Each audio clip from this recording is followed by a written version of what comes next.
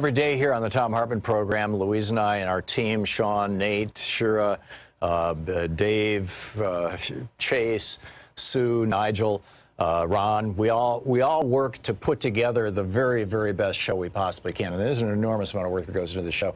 And one of the things that comes out of that is a lot of content, a lot of specific information that we go through and we dig out and, we want to share with you. And Sue puts that into our newsletter every week. And I think you will, if you don't already receive our newsletter, it comes in email every day, about an hour after we're off the air, or maybe a couple hours after we're off the air. And Sue goes through and pulls literally every link to every story that we talked about and puts it into the newsletter. It's free. We don't sell a list or anything. You complete safety and security. There's no charge. There's no nothing. Just, plug in your email address over at thomhartmann.com. And you get signed up for the newsletter. It's all fairly obvious. You'll see it on the website. So check it out, thomhartmann.com. Thank you.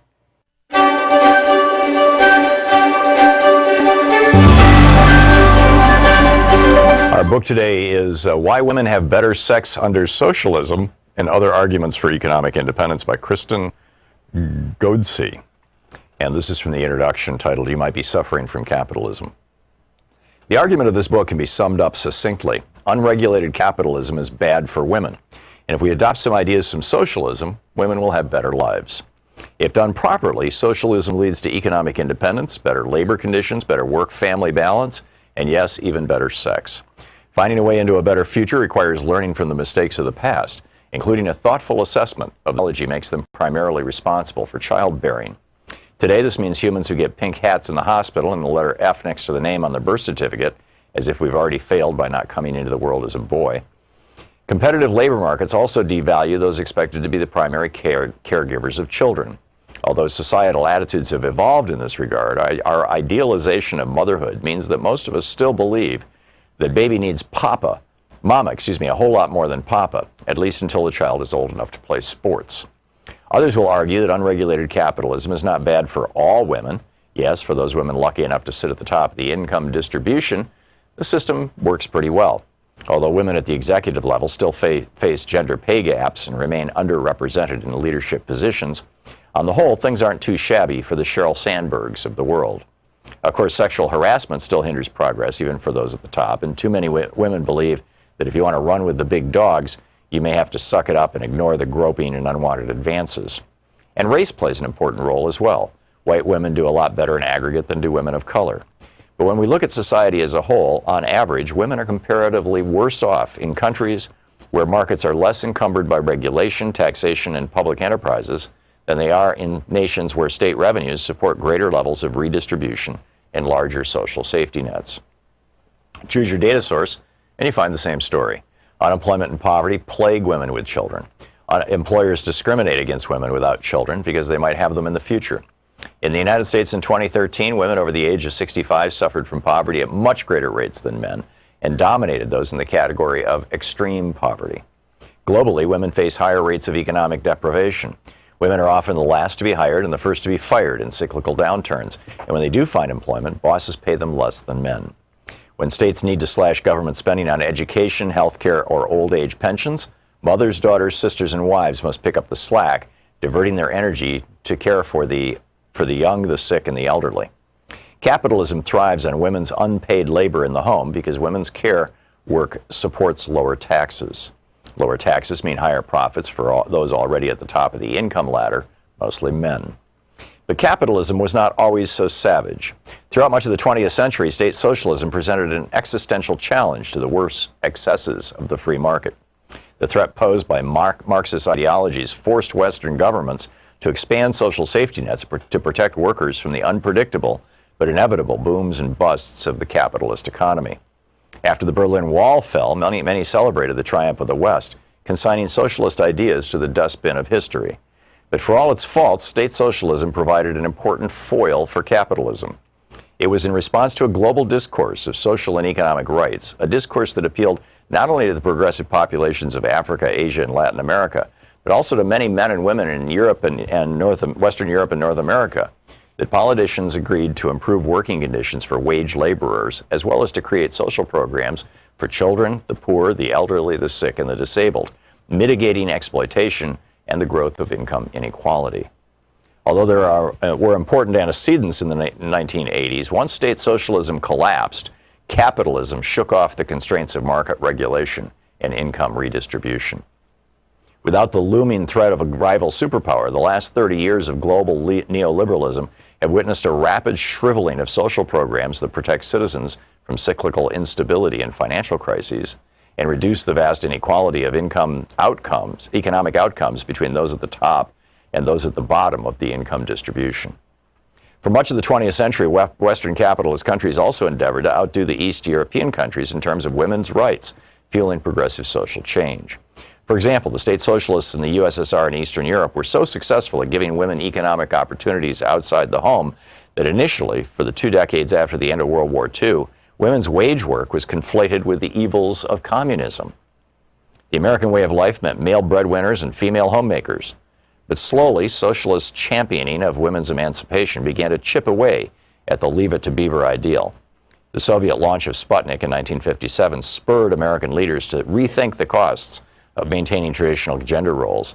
They feared the state socialists enjoyed an advantage in technological development and why women have better sex under socialism.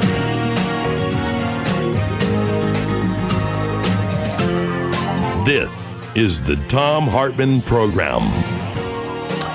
Well, things are heating up in China right now. This could be very problematic. A little later on in the program, I have an extended rant about the economy to discuss with you. And at the same time that Donald Trump is today saying, whoa, the stock market's tanking. I guess we'll put off the trade war until December. And so suddenly the market goes right back up again, right? At the same time that's happening, the people of China, or at least the people of Hong Kong, are saying, you know, we kind of like this democracy thing. We'd like to hang on to at least some pieces of it. And the Chinese government is saying, no. Didn't we have this conversation back, around the time of Tiananmen Square? What was that, 91, as I recall, or thereabouts anyway? Didn't we already have this conversation? We're not going to have it again. This is, an autocratic regime that does not believe in democracy. We do believe in capitalism. Capitalism's good stuff, but capitalism doesn't require democracy. Which brings us to Ayn Rand, which we're going to get into in the next hour. So that's going on right now. As we speak, the riot police in Hong Kong are just, going full bore against the pro-democracy protesters in the Hong Kong airport. And they're starting to drag people out and arrest them.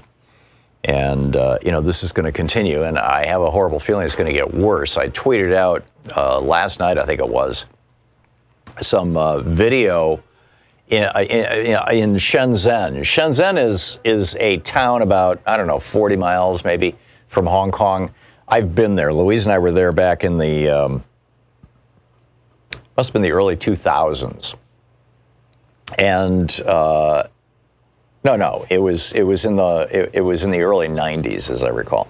And they were just starting at that time. In fact, it might have been a little before that. They were just starting at that time to experiment with pseudo-capitalism, state-regulated capitalism, in Shenzhen. It was a special territory that had gotten where they were giving licenses to individual companies to start factories based on a capitalistic model. And so Louise and I were in Hong Kong, and we took this tour, tour bus to Shenzhen. It was like an hour drive. From Hong Kong. And I remember one of the things I most vividly remember is we went to the fanciest restaurant in town, which was a dump. The town the roads weren't even paved. It was a town of maybe, 15,000 people at the time. And they were building factories all around it. Complete poverty, dirt roads. The fanciest restaurant in town, there was an elderly woman, an American, who was there.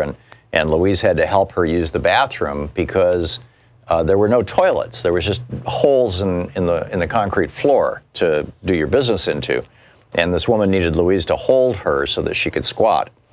And that was China back then, right? Well, Shenzhen is now like more modern and more built up and more industrialized than any American city.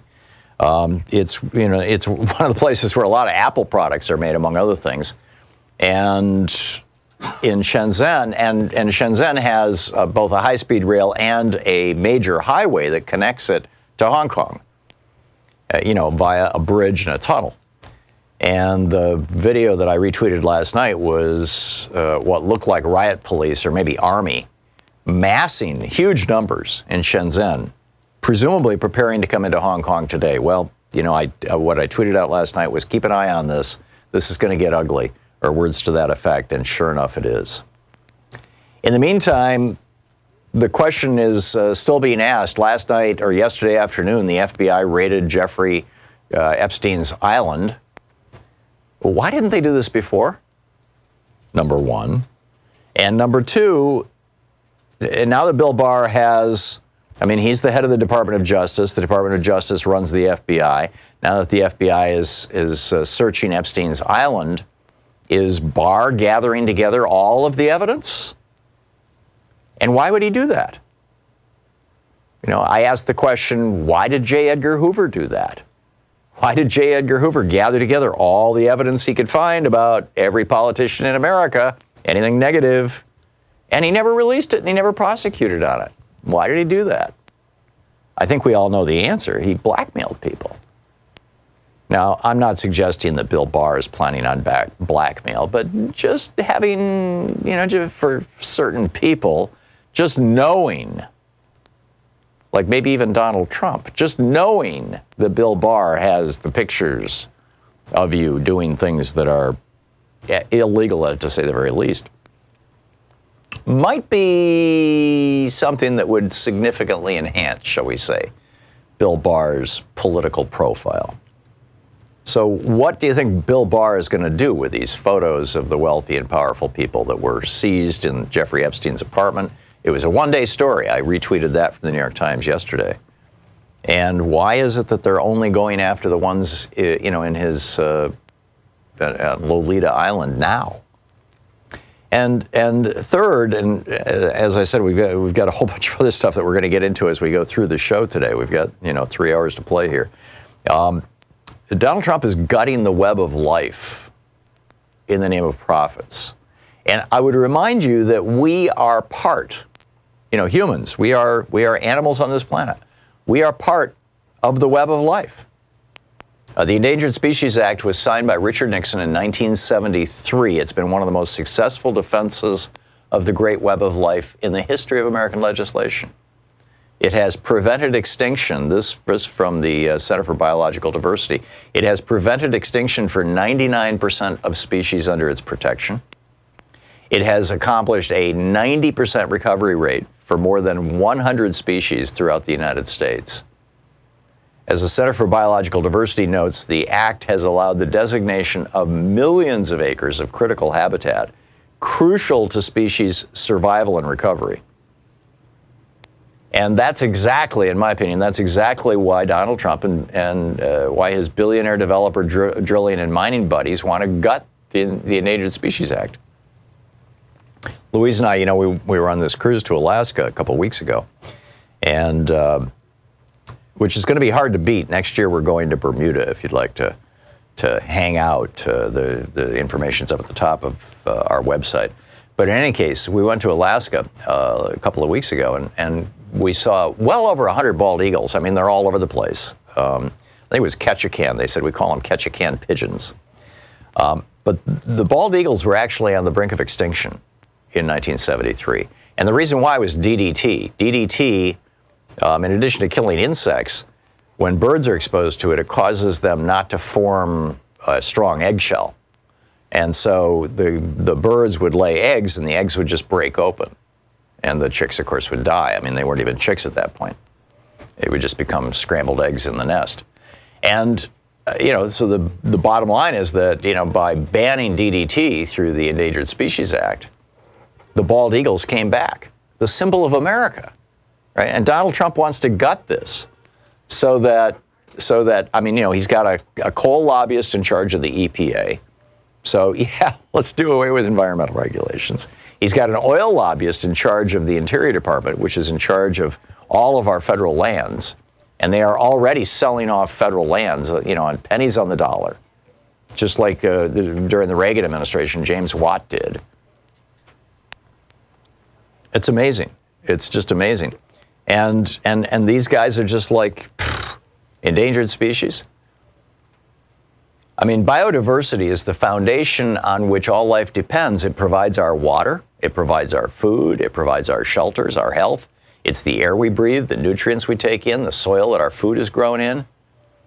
And now with Trump's attack on the Endangered Species Act, the web of life is in more danger than it's ever been, all in the name of more profits for Trump's billionaire buddies and the donors who give money to him. You know, he was on the Hamptons with the Soul Cycle and Equinox guy, Steve Ross, a couple of days ago. This billionaire throwing a big fundraiser for him. And people who are members of these health clubs are going, really? My money's going to support Donald Trump? But, I don't know. Maybe it opens up a competitive opportunity, but I'm not real optimistic about it. What Trump and his corporatists don't, I wouldn't say they don't understand, I'd say they don't care about, is that biological diversity is nature's capital. Our banking system and our economic system, the capital of that is not just our money, it's our infrastructure, it's our regulatory system, it's all the stuff that makes capitalism work. Just like the capital of the National Football League is the NFL rules and the teams and the stadiums and the fields on which people play. Well, the capital of the natural world, and once again, we are animals, we are part of this natural world. The capital of the natural world is biodiversity.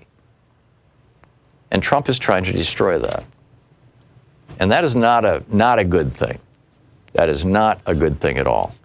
I also want to get into the economy here. In fact, actually, I'm going to get into that after the break. I think it's probably be a better time for a rant like that. But our economy is frankly, I think, on the verge of something really, really bad. And we'll see how long Trump can keep pumping this thing by pouring money out of the Fed. But the rest of the world is starting, as they slide into negative interest rates. I was talking about this a few days ago. I want to extend that conversation.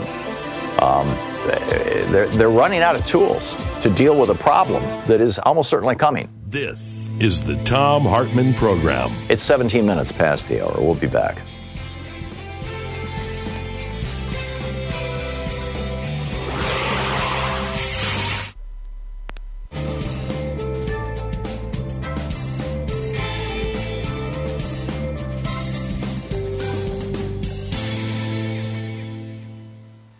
And welcome back.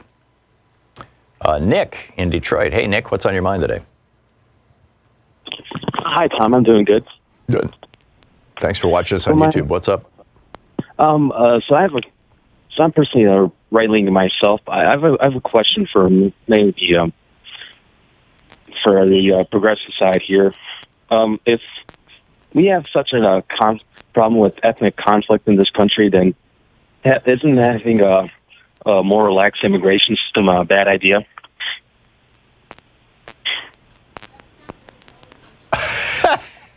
Let me get this straight. Okay, let me start over, actually. Yes, there is yes and no. Nobody is talking about relaxing immigration. What Donald Trump is talking about is tightening immigration, number one. Yeah. Number two, the ethnic tension that we have in this country is the result of white people who are being fed hate by Fox News, right-wing talk radio, and Donald Trump, and being told that the economic problems that were created by Ronald Reagan's policies, the neoliberal economics that we've had that have gutted the middle class was growing like gangbusters from the 30s to the 80s. It stopped growing in the 1980s, and we saw an actual drop in real wages last month. This is all because of these so-called conservative economic policies. And then Trump says, and conservatives say, to the people in middle America whose factories are going away, the reason why you are in economic trouble is because brown people are coming into the country and because black people want jobs and because women want to get into the workplace. And none of those are the reasons for our economic problems. Those situations all existed back in the 50s, 60s, 70s, and early 80s, and yet the economy was growing and the middle class was growing. What changed was the rules of the game. So, yes, it is true that there is a point at which immigration overwhelms the ability of a society to assimilate people. And that's the problem that parts of Europe are experiencing or have been experiencing over the last couple of years after climate change, wiped out farms in Syria, and all these people fled to Libya and then traveled up through Italy and Greece into the rest of Europe. They were exceeding that. The average, the consensus is that the average percentage that a society can absorb is around 1% a year. They exceeded that. But that's not what's happening in the United States. And brown people coming from Mexico, how is their culture different? They are Catholic. They are capitalists. They want to work. I mean, ICE is not raiding food pantries. They're raiding places of work. So I think that all of the memes, including the racist one that you're trying to promote here, Nick, are BS. Well, I have nothing against the Mexican population, but my concern with Hispanics is definitely the situation with the Southwest, because How is the culture of a Hispanic person different from the culture of you or me? I'm assuming you're Caucasian. Yes. Well, my point here. No, how is their culture different? Hold on, Tom. How is their culture different, Nick? In Mexico, it's a real simple question. How is their culture different against the United States? I'm running out of time here. How is their culture different? I believe that Mexico still has grievances against the United States for taking them. How is their culture different? They speak a different language, and they have. But they learn English when they get here. How is their culture different? Trump is saying he wants Norwegians coming here because they share our culture. No, they share our race. That's what you're talking about, Nick.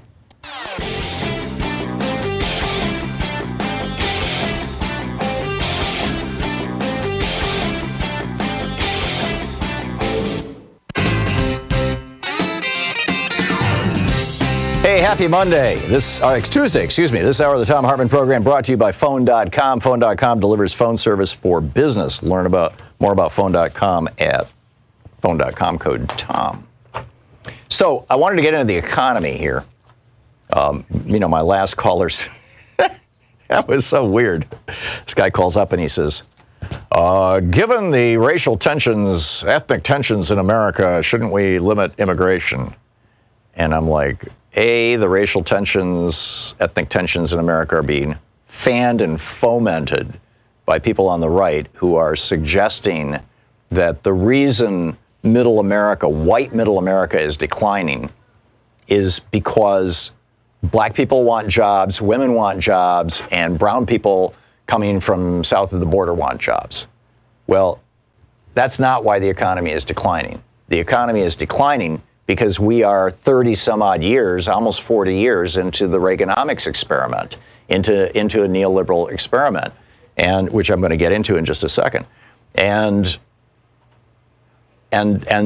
so the middle class America that used to be, over 60% of Americans used to have either a good union job or its equivalent. And now that number is around 12, 15%.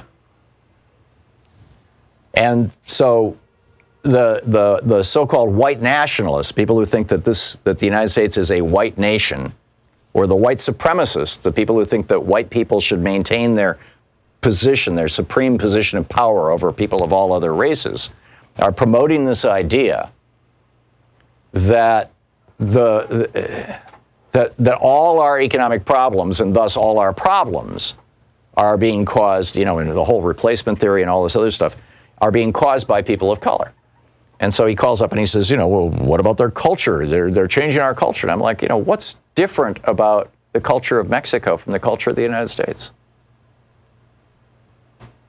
You say, well, they got more political corruption there. Well, compare them to some small town in Mississippi. I don't think you're going to find that big a difference. Well, they speak a different language. Yeah, but they come here, they learn English. How is their culture different? Well, they have a different religion. No, they're Catholic, by and large. Well, they don't believe in capitalism. Well, yeah, they do. And in fact, the raids are not happening in food pantries. They're happening in workplaces. I mean, I find it just truly bizarre when these snowflake so-called conservatives call and go, oh, I'm so worried that the country's turning brown. That's going to change our culture. What does culture have to do with the color of your skin?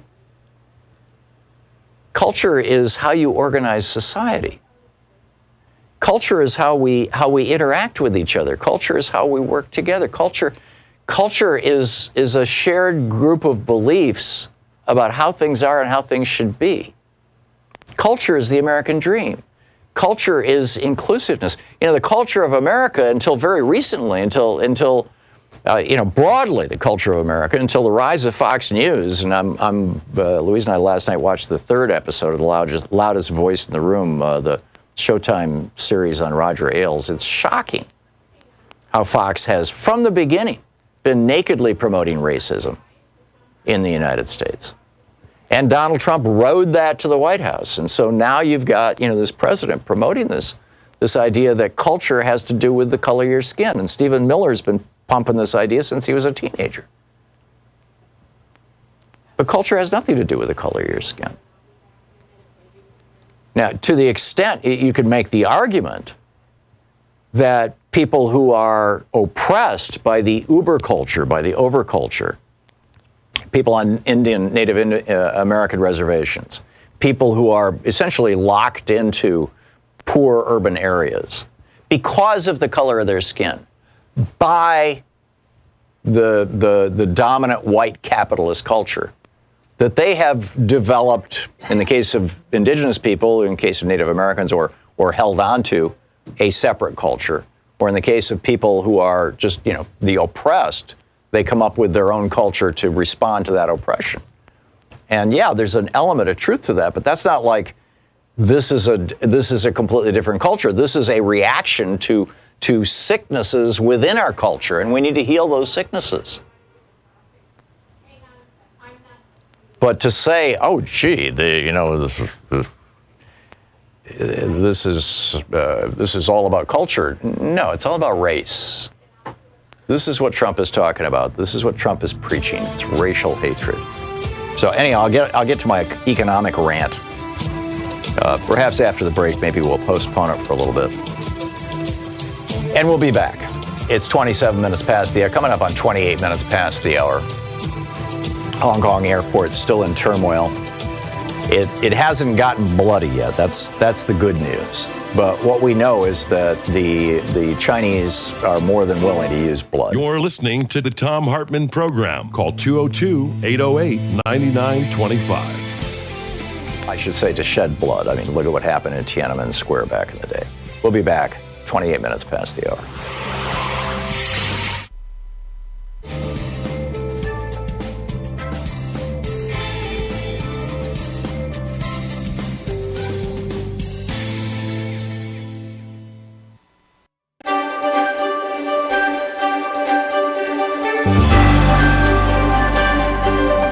Our book today is My Life in the Black Party. The title is Just Another N-Word, and it's by Field Marshal Don Cox, his life in the Black Panther Party. This is from Chapter 5, page 47. The chapter is titled, Use What You Got to Get What You Need. Before we entered into a direct relationship with the Panthers, our group had wanted to prove our worthiness by our actions. Since that was no longer in question, contact was made and a rendezvous fixed to meet at Huey's Pad on Telegraph Avenue in Oakland. I don't remember much about that first gathering, other than meeting David Hilliard, the Panther Party's chief of staff, for the first time. The only thing that stands out in my memory is a question from Huey as we were sipping coffee. He asked if I didn't think it better to be properly equipped before going into action. He suggested it was best to first rip off the necessary funds to get everything we needed in advance of launching a major effort. I had practically memorized his essay, The Correct Handling of a Revolution, in which he spoke of teaching by example. And so I blurted out the first thing that came to mind, which was, use what you got to get what you need. After a long, hot summer of 1967, with the rebellions in Newark, Detroit, and elsewhere, we felt that our preparations had, at least, put us on the same level as the rest of the country, and that the revolution would not pass us by. Our San Francisco group started attending and participating in any and all functions relevant to black people. And we tried to let everyone in our area, and we tried to get to know everyone in our area associated with the struggle. We also continued our community meetings. News of the death of Che Guevara in October of that year had us walking around in a stupor for a while, and although that came as a severe blow to the international struggle for freedom and justice of all people, we were proud to be among those who had responded to his battle cry and had picked up the fallen arms. Huey asked if we would conduct a meeting on Hunters Point for him. He was supposed to go, but something had come up and he couldn't make it.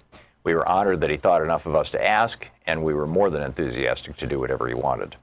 It was at that meeting that we had a new, surprising experience. We met our first resistance in the form of Adam Rogers.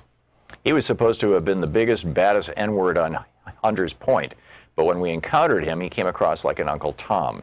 He seemed to be impressed with our firearms demonstration, but he was violently against the idea of black people arming themselves for self-defense. He was convinced that would increase repression, even though history proved him wrong. When we examine the history of repression of black people, the only time there was significant decline in police violence and murders perpetrated against blacks was precisely the period when blacks were organized and had access to guns. Given the wave of terror and violence against blacks that continues to sweep the country, I truly believe there is a lesson to be learned from that fact. Rogers was one of the wounded in the Hunters Point Rebellion of the year before, and a photograph of him had been used by the news media to illustrate articles on the riots that broke out following the killing of a black teenager by police that September. Because of that, we were even more surprised by his reaction. It was not until later that we discovered that the administration of San Francisco Mayor Joseph Alito had sent in money after the rebellion and had bought off the so-called bad N-words. The same technique was used from coast to coast. Despite Rogers, most everyone seemed to like what we had to say and really related to the firearms demonstration. Several people wanted to take courses in handling weapons, and so I fixed a rendezvous for the following Saturday at the parking lot of the abandoned shopping center right on top of Hunters Point. The next day I arrived at the point at 7 in the morning in order to get set up before people began to gather. There wasn't going to be any target practice, but I would be firing a few shots in the air by way of demonstration. I knew that would pose no problem as far as the police were concerned. Due to their racism, whenever they heard shots on the point, they generally looked the other way. Once, during a dispute between two gangs, shooting broke out, and instead of police coming in to break it up, they sealed off the area and let them shoot it out. The gun battle lasted 24 hours, and the police didn't return until the next day. At around 8 o'clock, I saw David Hilliard's car driving up, which I found surprising because we had only seen each other a couple of times before. As the car approached, I recognized Emory Douglas and George Murray. Everyone had strange looks on their faces that made it clear that something was wrong. Damn. Huey had been shot and captured. He had shown up at David's wounded and bleeding heavily.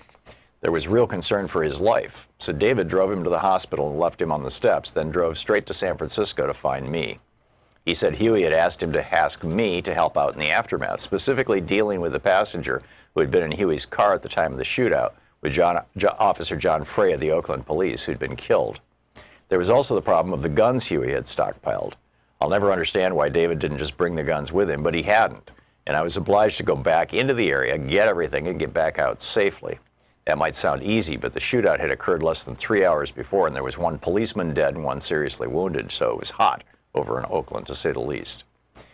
There was no time to go by the house and unload the guns I had on hand for the training, so I followed David back to Oakland with a trunk full of weapons. David took me into the backyard of a house that had a lot of weeds and a stack of old lumber in which he had stashed the gun. In his state of excitement, he couldn't remember exactly where the pistol was, and while we were looking, an elderly black woman came out of the house next door and asked what we were doing. David kept searching and didn't look up. She then said, "If you don't come out of there, I'm going to call the police." I began to panic and told David to say something to the woman.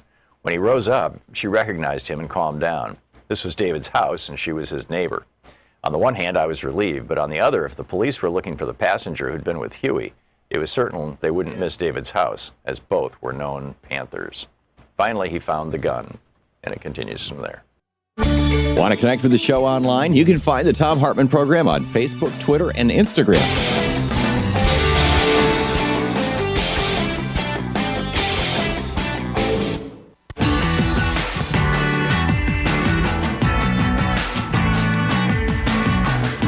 Welcome back. Thom Hartmann here with you, and let's pick up some of your phone calls here. Chris in Miami, I am told by our call screener that you called her sweetie. What's going on, Chris? I actually wanted to apologize for that. We're in the South, and Okay. that's the way we speak, and I certainly meant no offense. Yeah. It truly was. And actually, it was on my list here to apologize for that. It was certainly not illegal. What do you call it about? I am calling. I just looked at a Bloomberg article. The wealthiest families in America are making $4 million an hour right now. And what strikes me is how they that's talk about risk the takers. Walton sir. family, yeah. Well, yeah, but it's $4 million an hour, sir. Yeah. And we talk about risk takers. They always talk about the risk takers. And these people are investing and they're creating jobs. The risk takers are people like me. They go and we take a job with these people, and then we're not needed. We're booted out, and we're virtually on the edge of being homeless at any moment. Those are the risk takers. You're absolutely right. We are the risk takers, sir. You're absolutely right. And sorry for jumping down your throat parallels, for saying sweetie. Usually when conservatives call and one of the people answering the phone is a woman. We have both women and men who answer the phones here. They try to get sexist with them, and I assumed that you were going to come on with some sort of conservative rant at me. So you're absolutely right. I mean, the real risk takers in this society are not multimillionaires who have private jets and fly, and live in 16 different mansions all around the world and might lose $5 million this afternoon if the market goes down. But hey, they got $1 billion in the bank. The real risk takers are the people who are out there, working day by day, and they have no savings for retirement, and if they lose their job or they get sick or their car breaks down, they're screwed. That's exactly. You're absolutely right. Which is where I am right now. I'm sorry to hear that, Chris. These things happen, but I'm looking. My parents are in their early 80s. I'm desperately want to leave this country. I see where this is going. My grandfather was a Nazi, but he was an apothecary. He was a pharmacist. He was in the Nazi Red Cross, but he was what was called Hauptfeldwebel or whatever.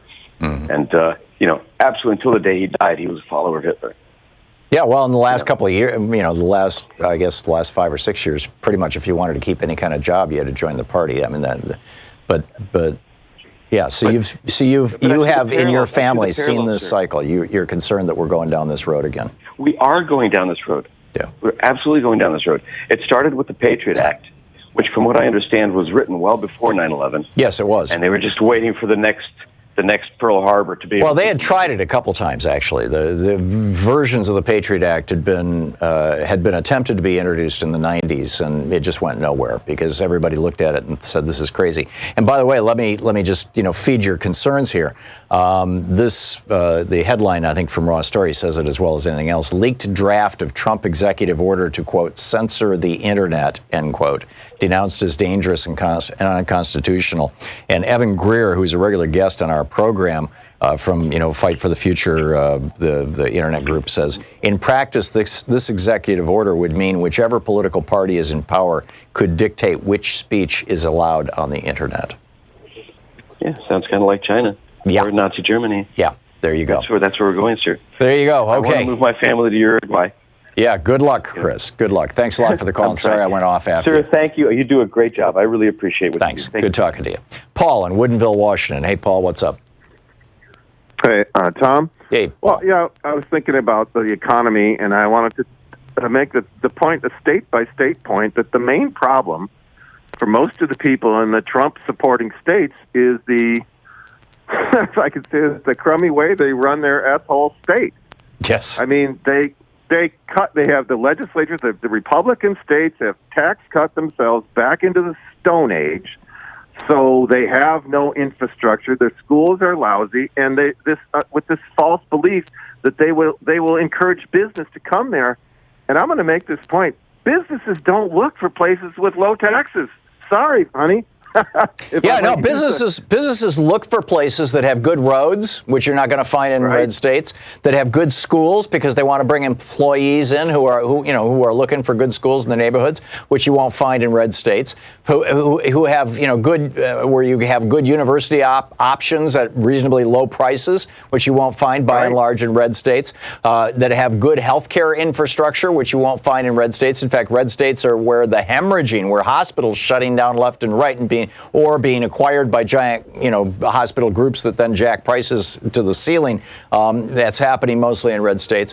What companies are looking for is the stuff that you find in blue states, which is why the blue states are growing and prospering, and the red states are collapsing and dying. That's right. And the other thing about that, Paul, so they're looking for states with high taxes where the communities. The state are investing in their communities. And the other thing, Tom, is by and large, the companies know that they're not going to be the ones paying those taxes. They're going to get some kind of a deal. Right. And I need to point no further than to, after the big search was over, where did Amazon choose? I'm not saying where they end up, but where did they choose? They chose the highest tax place that you could possibly find, New York City. Yeah.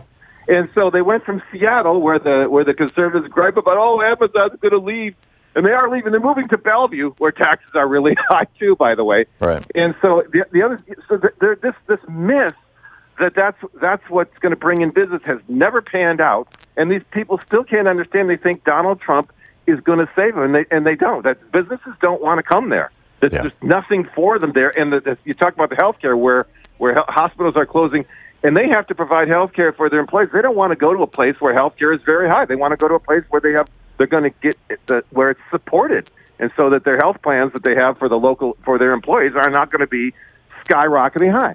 So this big myth. So they cut all their taxes, and they basically cut themselves out of the economy. And they have this psychology that, I don't know what it's called. Is it somehow if you keep doing the wrong thing more and more, somehow it'll finally work, right? Right. It just doesn't work, and they don't seem to understand that, and they're angry. And if you look at a lot of these places where people have, in many cases, in rural cases where they have gone to jobs like, let's say in Michigan. I mean, my folks live in Michigan. People have moved up north to get away from it all, where they did kind of casual labor, worked under the table. They never paid into Social Security, and now when they're in their 50s and 60s going, I really can't split wood for a living anymore, and I never paid into Social Security. Right. Now I'm really angry. Right. That's the mentality. And it's got to be the fault of those brown people and black people and women and gay people, and fill in the blanks. It's got to be somebody else's fault. And one statistic, Tom, if I could tell you, Donald Trump in the election won 2,600 counties across the country.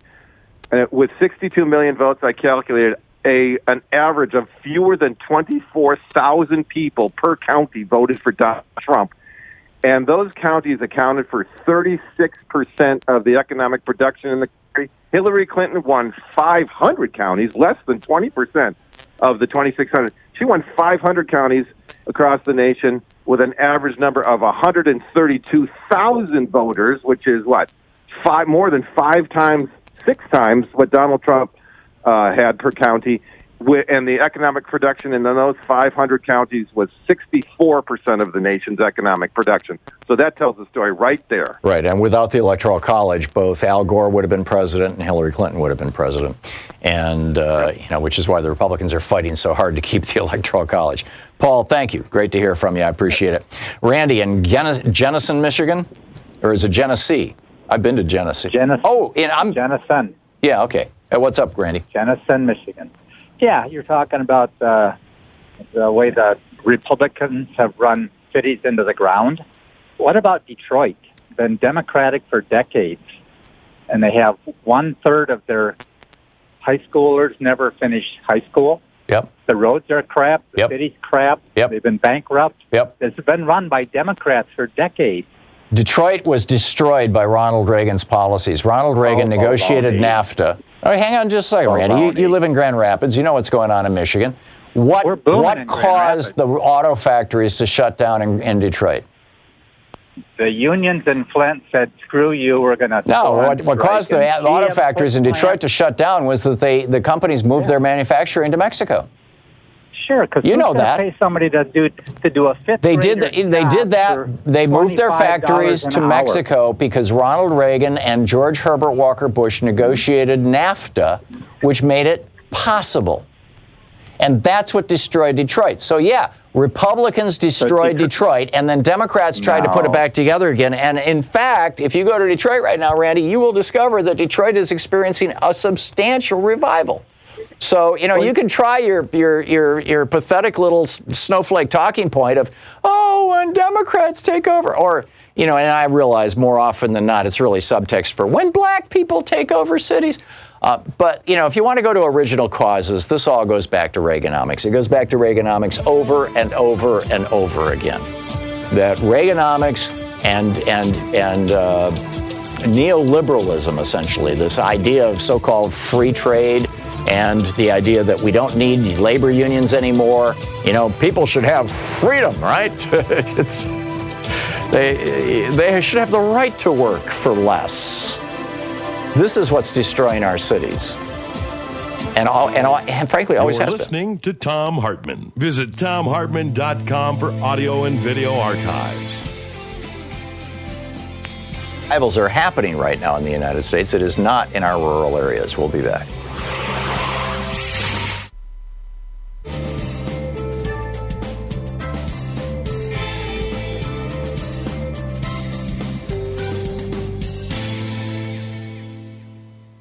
And welcome back. Claire in Kingston, Washington. Hey, Claire, thanks for listening to KBCS. What's up?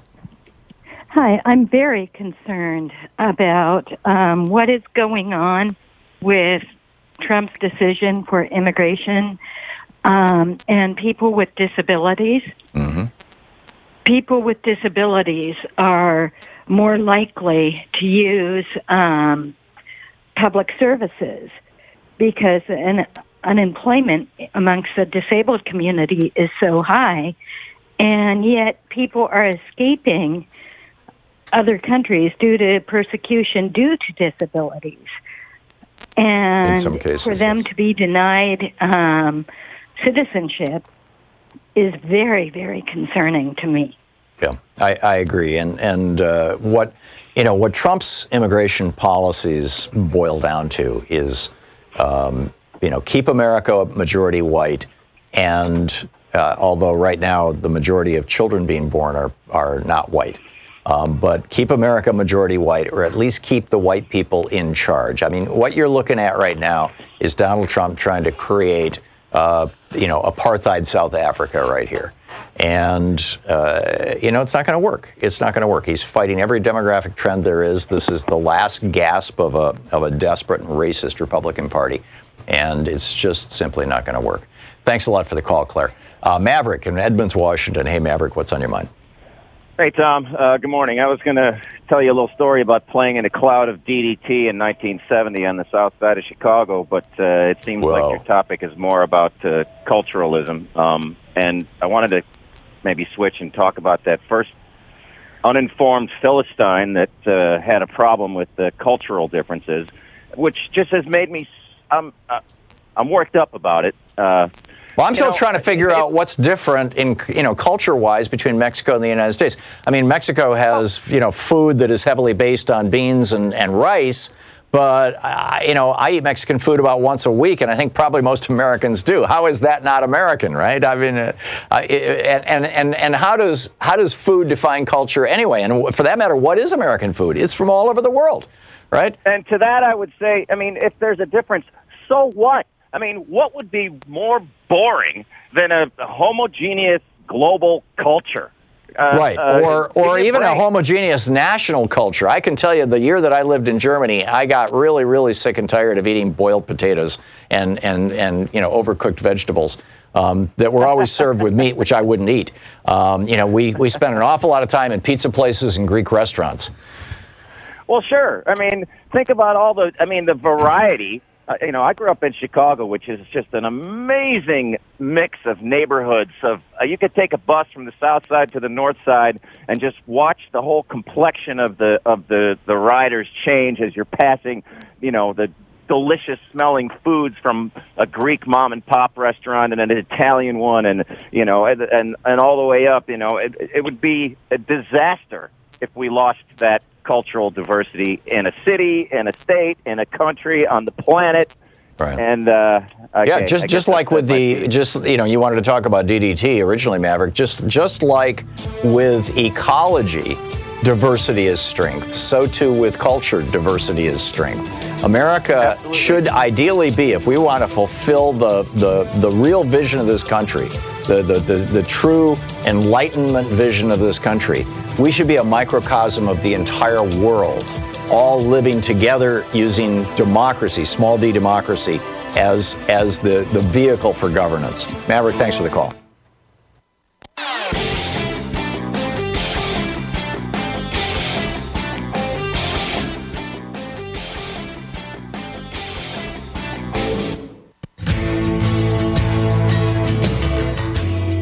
Welcome back. Bill in Warrenton, Mississippi. Hey, Bill, what's on your mind today? Hi, it's Warrenton, Missouri. Missouri. Okay, I'm sorry. I don't know if you mentioned it, but when Epstein was denied bail, he was supposed to go to Rikers Island, and it was the Attorney General that had him put in this other jail. Really? Yes, I remember seeing a story on TV about that. So he was facing state charges, not federal charges? He was facing both, I thought. Huh. Yeah, that makes sense. I remember seeing, whether it's true or not, I assume it was true, that Barr kept him from going to Rikers Island. So Bill Barr routes him into his own jail, where he then subsequently dies. That's my understanding. Interesting. I'll have to fact check that.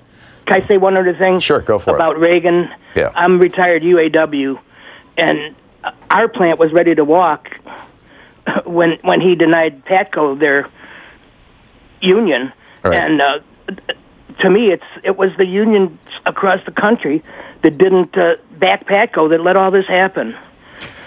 Yeah, I think the union movement in the early 1980s did not understand the grave threat that Ronald Reagan presented to them. I did. Yeah. A lot of people did. Yeah, I think that's what I wanted to say. Thank you, sir. Sure, you're welcome. I think a lot of people did, but I think the leadership of the unions in general thought that, well, we can work with this guy. No, you can't. Raymond in Williamston, Michigan. Hey, Raymond, what's up? Hi. I listened to the guy that called you from Grand Rapids. Mm-hmm. Grand Rapids had 2 General Motors plants close. I worked at Kalamazoo Fisher Body, DOC, GM. That closed. And when it was announced that it was closed, we had just, a couple weeks before, we had just gone to a rah-rah show that showed how profitable our plant was. It was the second most profitable stamping plant in General Motors. Had the highest quality of all the fab stamping plants. And, 2 weeks later, they called us into a meeting and said, hey, we're closing it. Did they move it to Mexico? And parts of it did, but a lot of it went to Ohio and Flint and, Indiana. I mean, Kalamazoo had been a receptive place for people came there from Cleveland when its plant closed, and from Chicago when its plant closed, right. From Grand Rapids when it was one of the Grand Rapids plants when it closed. The death of manufacturing in America was really engineered by Ronald Reagan and George Herbert Walker Bush. What did this guy say he was doing? Auto workers are doing 5th grader intelligent work. That's what he tried to say. Yeah. Yeah. He's never worked in an auto factory. We handle for hundreds of thousands of dollars worth of merchandise every day. Yep. And we're responsible for the quality of it and that it's made properly every time, because scrapping it, they really, really frown on. Yep. Because it's expensive to throw the stuff away. How much would a stockbroker make if he was selling $150,000 worth of stuff every day? Yeah. No, I get it. He's got no problem with that. I get it, Raymond. It's and beyond that, a larger question I think that very rarely gets asked in this nation that has bit into this idea of meritocracy since the Reagan era. What's wrong with people who have 5th grade educations if they work hard, being able to support their families? Absolutely nothing. I mean, what's wrong with that? I just don't get it. I mean, it's like, why do we all sit around and go, oh yeah, well, if somebody wants to work in the fields, they should be paid, crap. If somebody wants to, work on an assembly line, they should make, minimum wage. I mean, if somebody's going to work in McDonald's, they should make very little. Why? What's wrong with work? What happened to the dignity of work? I mean, our values, the Republicans have completely distorted the values of this country. Raymond, I got to run, but thank you for the call. Joe in Bradenton, Florida. Hey, Joe, what's up? Hi, Tom. William Barr wants to wants a full investigation on Epstein's death is because he wants to cover up Trump's if he's involved. Just like he redacted on Mueller report. Remember William Barr recused himself first? Oh, yeah. I remember Barr recused himself from the Epstein case because of his dad and because his law firm, the law firm that he joined after they had defended Epstein, was Epstein's law firm. I got that. And then he talked to Trump, and then the next day, all of a sudden, he's unrecused. And now, and then, according to the last caller, he actually rerouted Epstein from Rikers Island to the MCC, the Metropolitan Correctional Center, I think it's called. The federal facility in New York where he died. But now he's going to Barr's Island. And I'm like, is he going to play J. Edgar Hoover here? Is he trying to get all this stuff so he can blackmail people? Exactly. Yeah, it's like, or is he just trying to defend Trump? Is he trying to defend himself? Is he trying to defend, his dad? I just don't. I don't even know if his dad's still alive. I doubt it. But anyhow, Ed in San Diego, California. Hey, Ed, what's up? I'm worried about the survival of democracy in the face of grotesque inequality. Ed, I think I lost you. Hello. Yeah, I agree with your concern about the survival of democracy in the face of grotesque inequality.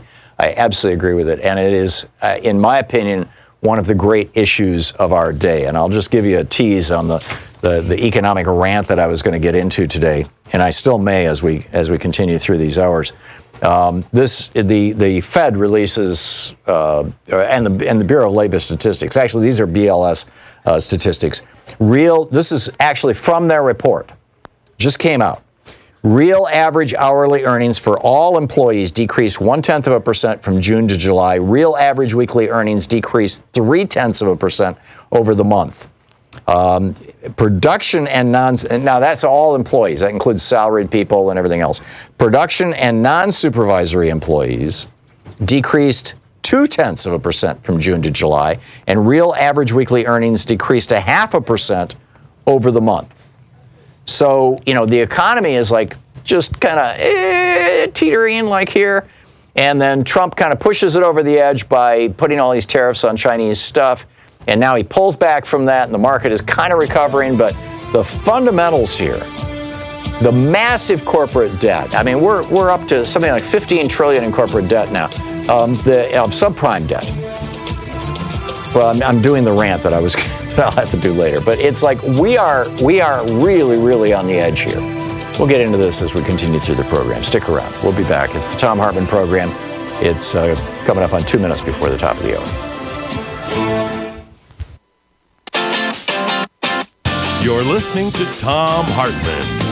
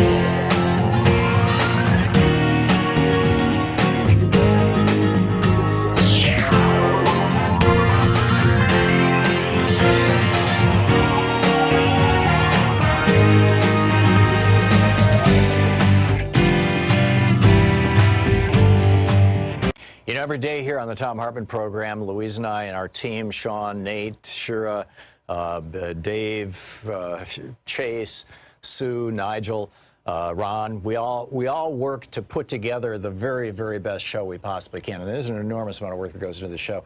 And one of the things that comes out of that is a lot of content, a lot of specific information that we go through and we dig out and we want to share with you.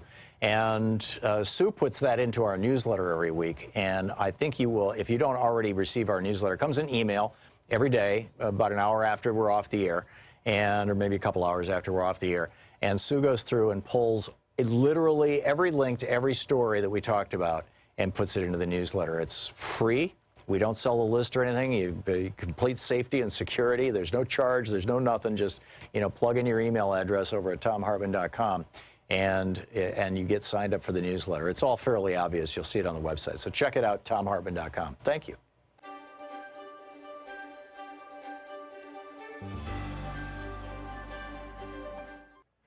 Our book today is The End of the Myth, From the Frontier to the Border Wall in the Mind of America by Greg Grandin. And this is from Chapter 1, entitled All That Space. The British colonies in North America were conceived in expansion. America was an aspiration, an errand, and an obligation born out of violent Christian schism and Europe's interminable religious and imperial conflicts. Depending on the intricacies of their particular interpretations of Revelation, the Protestants who settled New England might have understood flight across the Atlantic as a way of escaping European war. Or they might have seen migration as a chance to open a new front and win those wars on a new soil. Here in the 1600s, in the eschatological nebula of the New World, was the first paradoxical image of America as simultaneously pristine and despoiled, empty and at the same time filled with primitives begging for deliverance, subordinated to Catholic Spain, which had conquered its part of the Americas a century earlier and stood as the great obstacle to Reformation England's rise as a world power. All yell and cry with one voice, Libertia, Libertia, Richard Hakluyt, a clergyman and court minister, wrote in the late 1500s, hoping to convince investors and his queen to establish an American colony. As Puritan society frayed under the harsh conditions of settler life, the frontier threatened and beckoned. The dark woods were filled with witches, and they were witchy, inviting hither. The forest was the place where the community could be redeemed and given new purpose, a chance to once again start anew, or it could be a place of more sorrows, wilderness sorrows, as two early Puritan patriarchs described the hardships that awaited those who ventured into uncharted territory, where whatever solidarity existed would be smashed into atoms as settlers scattered to escape the rule of the clergy. People are ready to run wild into the woods again and to be as heathenish as ever, warned Increase Mather. Expansions could be, often in the same sermon, held up as the cause of and the solution to the difficulties of establishing Christian communities. Either way, Native Americans had to get out of the way. They could die. They waste, they molder away, they disappear, said one Puritan chronicler of indigenous people who had succumbed to European pestilence years before the arrival of the Mayflower in 1620, thus clearing the earth for the establishment of the Massachusetts Bay Colony. God made way for his people by removing the heathen and planting them in the ground, said another observer. They could be murdered. The holy terror unleashed by the Puritans was, according to the historian Bernard Bailyn, driven by fears of what could happen to civilized people in an unimaginable wilderness and fears of racial conflicts in which God's children were fated to struggle with pitiless agents of Satan, pagan antichrist swarming in the world around them. Survivors could be enslaved. The first patent granted in colonial America in 1626 was to a Virginia merchant and planter, William Claiborne, for inventing a device that would not just restrain Indians, but also make them work. Claiborne was given an Indian to experiment on for the trial of his invention. Colonial records do not say what this innovation might have been, only noting that it was not successful. Or they could be pushed further and further west. The prodigious and relentless population, complained New Orleans Spanish governor in 1794, progressively drives the Indian nations before them and upon us, seeking to possess for itself this vast continent which the Indians occupy between the Ohio and Mississippi rivers, the Gulf of Mexico, and the Appalachian Mountains. More than a century and a half later, writing in the early 1950s, the Mexican author and diplomat Octavio Paz made much the same point. America was, he writes, if anything, geography, pure space, open to human action. Since it lacked historical substance, ancient social classes, established institutions, religions, and hereditary laws, reality presented no obstacles other than natural ones. Men struggled not against history, but against nature. And wherever there was an historical obstacle, indigenous societies say, it was simply erased from history, reduced to a mere natural fact and dispensed with accordingly. Evil is outside, part of the natural world, like Indians, rivers, mountains, and other obstacles that must be domesticated or destroyed. End of quote. The American Revolution is a permanent revolution, Paz went on, a nonstop expulsion of, quote, all elements foreign to the American essence and a constant invention of itself. And anything that stands in the way of that invention, anything that is in any way irreducible or inassimilable to perpetual creation, be it Native Americans, Spanish America, or history itself, quote, is not American. Quote, in other places, the future is one of man's attributes because we are men. We have a future. In Saxon America, the process is inverted and the future determines the man. We are men because we are the future, and everything that has no future is not a man. End of quote. The United States, Paz said, offers no room for contradictions, ambiguity, or conflict. The nation flies forward swiftly as if weightless across the land. Trying to stop North Americans moving west, Stephen Austin, the founder of Texas, said over a century earlier, was like trying to stop the Mississippi with a dam of straw. The drive west waxed and waned and burst forward with great passion during key moments. The book, The Edge of the Myth, by Greg Grandin. Want to connect with the show online? You can find the Thom Hartmann Program on Facebook, Twitter, and Instagram.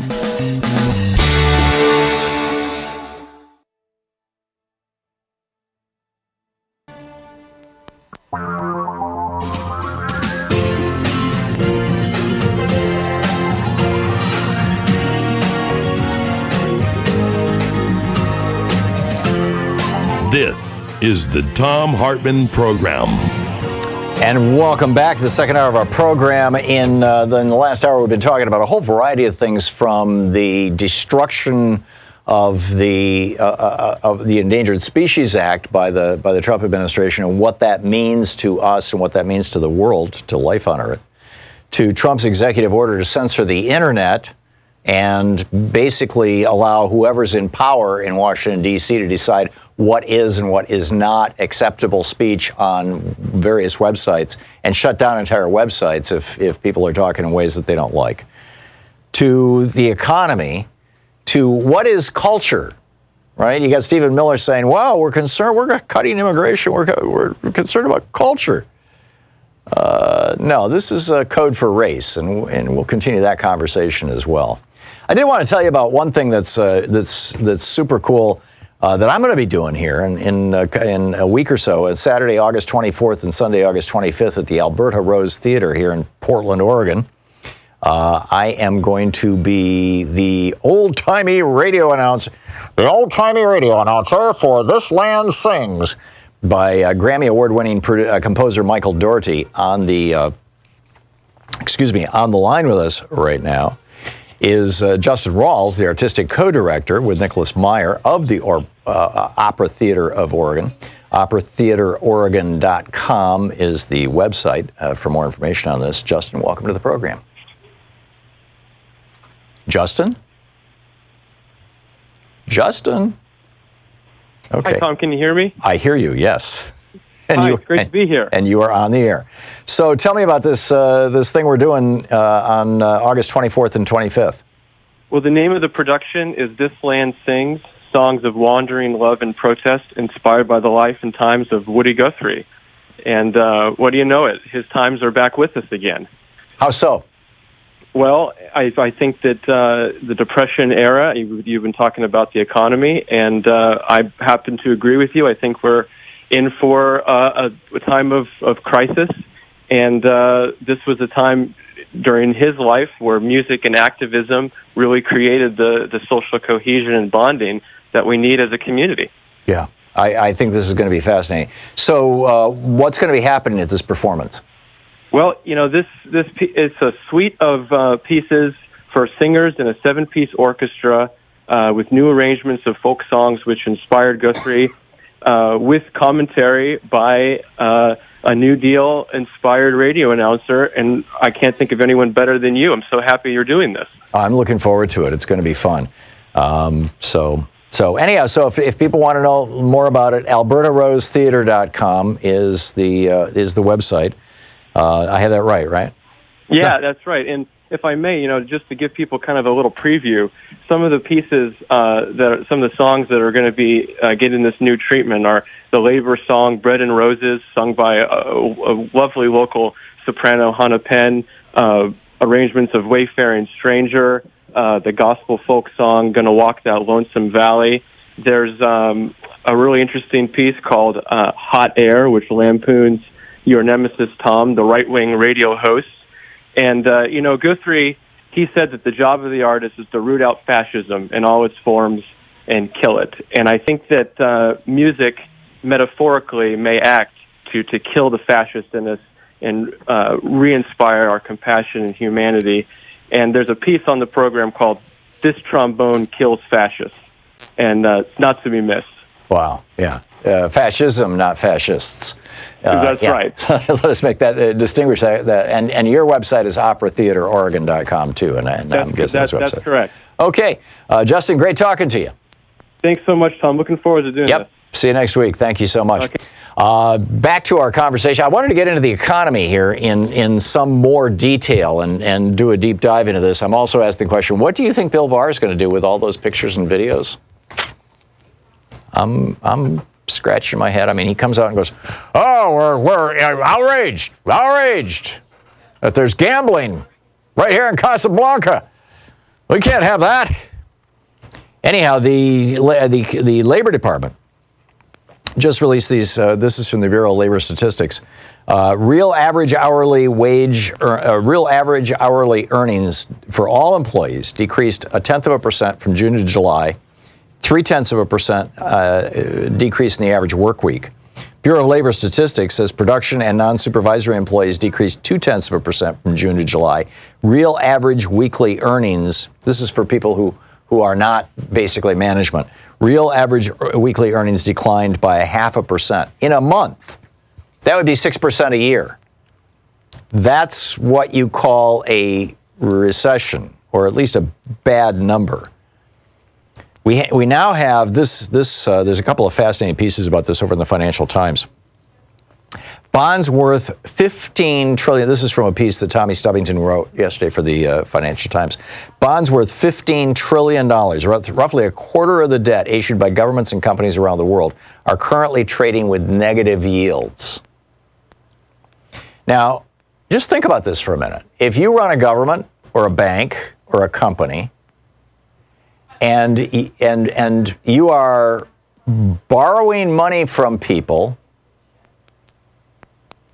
In other words, people are buying your bonds. You are borrowing money from people, and you are asking them to pay you so that you can borrow money from them. I realize it may take a minute to wrap your head around this. Let me just make this example very, very real. You go to the bank and you say, "I want to borrow $100,000 to buy a house." And the bank says, "Fine, we'll give you the $100,000, and when you pay us back, you only have to pay us back $95,000. We'll pick up the other $5,000. Now, how long do you think that bank would stay in business? That's called negative yield. That's where instead of when you borrow money, you pay interest, it's where when you borrow money, you get interest. And it makes no sense. Literally, in the 7,000 years of Western economic history, going back to ancient Sumeria and Gilgamesh, where some of the very earliest written records that we have ever found have literally been tally sheets for the sale of goods, principally crops, but other goods as well. We have these, right? And banking with interest. In the 7,000-year history of economics, to the best of my knowledge, never has any economy in the world gone to negative interest rates, for any extended period of time and survived. And yet now this is happening literally all over the world. David Hoffman, a bond portfolio manager at Brandywine Global in Philadelphia, he said, "Free money, it's sort of an insane concept. Having grown up in a very different world, it's challenging to navigate this." Tommy Stubbington points out in this article in the Financial Times, negative interest rates first appeared in Japanese money markets 20 years ago. Since the financial crisis, they've engulfed. Now, that's because Japan was sliding into a recession, and so their central bank decided that they would jack the economy by dropping interest rates. And they took them all the way down to zero, and that wasn't enough, and so they made them negative. Since the financial crisis, he writes, they've engulfed government bond markets in Japan, Sweden, Switzerland, Denmark, and the Eurozone, all economies grappling with low inflation, where the central bank has set interest rates below zero. Now, if I'm a rich guy and I want to put my money someplace that earns interest, I'm not going to buy a negative interest bond. Right? I'm going to get back less money than I put in. So what's going on with this? You look at, there's a graph associated with this article, global value of negative yielding bonds in trillions. And in 2014, the amount was zero. And right now, it's $15 trillion. $15 trillion. And this is, investors are grudgingly adjusting. Right. And by the way, the so-called yield curve, the thing that's the indicator of big, bad recessions coming. This is another piece from today's Financial Times. The U.S. yield curve, well, the headline, U.S. yield curve at flattest level since 2007 as sovereign bonds rally. Now, the yield curve, what this means when the yield curve flattens or inverts, what it means is that the credit markets have just gone to hell. That's the simple way to put it. And when the credit markets go to hell, it's not long after that the economy goes to hell. The last time we saw this was 2007. What happened in 2008? In 2008, we had a Republican president who was looking at re-election and didn't quite make it. And this is the result of these neoliberal policies. So, which brings up a whole nother issue, which I think is absolutely fascinating, which is, how did Democrats start to buy into this stuff? How did Democrats begin to buy into neoliberal policies? It turns out the Koch brothers had something to do with it. This is a fascinating piece of investigative research that Ryan Grimm did over at The Intercept. And I'll get into that after the break. I'll tell you the story. It's just a mind-boggling story about the Koch brothers basically seizing control of the Democratic Party back in the late 80s, early 90s. And, continuing to hold a chunk of it right up until recently. This is the Thom Hartmann Program. Yeah, that's right, the Koch brothers. Stick around, we'll be back.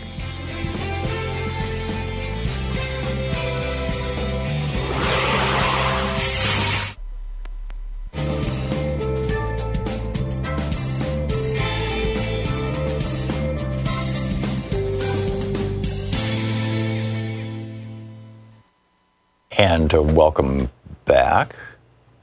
Bob in Denver watching us on Free Speech TV, Denver, the home of free speech. Hey, how you doing, Bob? I really miss your visits here to Denver. Well, I'm going to have to get out there again one of these days. I've met you 2 or 3 times. I think the last time I met you is when they had a book signing of the tattered cover. Yeah, that would have been, about 4 years ago, thereabouts? Well, more than that. Yeah. So what's up, Bob? Seems like. Anyway, a comment and a question, okay? Okay. Real quick. Number one, the Clinton pushing NAFTA was the most stupidest and most strategically bad decision Clinton ever made. I agree. And then the second thing is, and I pose this to a lot of Democrats, because they keep pushing about education. What are they going to do with the 65 to 70% of people who never have an added education beyond high school when we cannot fully employ or decently employ people with college degrees? Well, I think there's always going to be a need for labor. The need for somebody to clean floors, to flip burgers. To a large extent, that might end up being automated. But the thing of it is, Tom, those jobs and many of those jobs still don't pay a living wage. And to me, well, that's where I was going with that rant, Bob. The other thing too, where I was going when you interrupted me was to say that there's always going to be a need for for a lot of these manual labor jobs. And what we need to do is go back to the idea that was the popular idea, the widely accepted idea right up until the 1980s, from the 30s until the 80s, that there is dignity in labor. And that if somebody works, regardless of their education and regardless of the nature of the work, they should be appropriately compensated. I remember the old Jackie Gleason show. I don't know if you're old enough to remember the Honeymooners, Bob, are you? I'm 75, Tom. Okay, so you remember Jackie Gleason. Remember Art Carney, his right-hand guy, his best friend? They lived in this fourth-floor cold water walk-up apartment in New York City. Jackie Gleason was a bus driver. He was a member of the bus drivers union. He made a good enough living that he could have a decent middle-class life. Art Carney, remember what he did for a living? He did the sewers. I'm going to tell you That's one thing right. about my parents. And he was well paid for it. Oh, by the way, my parents worked for International Shoe Company for well over 30 years, 35 years, and they had a decent life. They had me get educated, and all those factories are now gone. I understand. And that's because of these neoliberal trade policies. And if we do away with the neoliberal trade policies and start making in America the things that we consume in America again, which is not just a good idea, it's strategically a good idea. It's a national security issue, frankly. And it needs to be framed as such. But if we started making things in America again, a lot of the, what used to be factory jobs are now going to be filled by robots, but a lot of them aren't.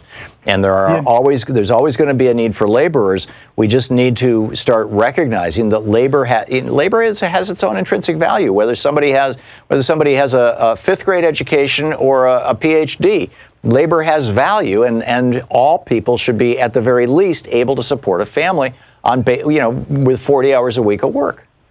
Sadly, we gave almost all the manufacturing away that won us World War II.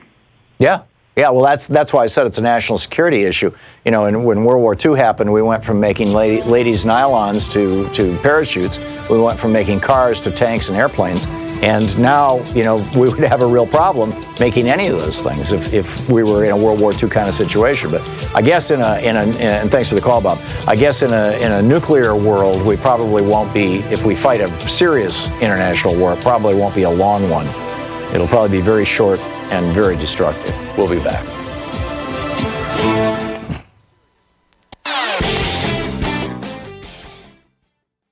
Every day here on the Thom Hartmann Program, Louise and I and our team, Sean, Nate, Shira, Dave, Chase, Sue, Nigel, Ron, we all work to put together the very, very best show we possibly can. And there's an enormous amount of work that goes into the show.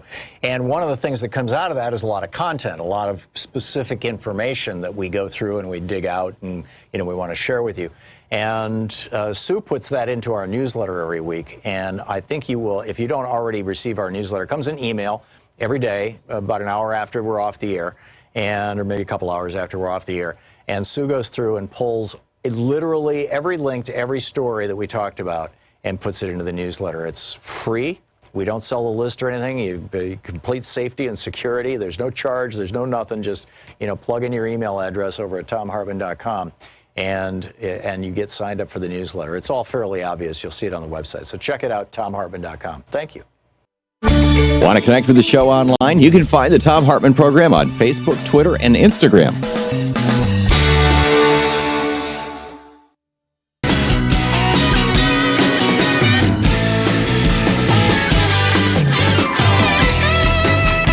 Welcome back. Thom Hartmann here with you. Okay, so I wanted to this just blew my mind. This piece in The Intercept by Ryan Grimm just went up recently.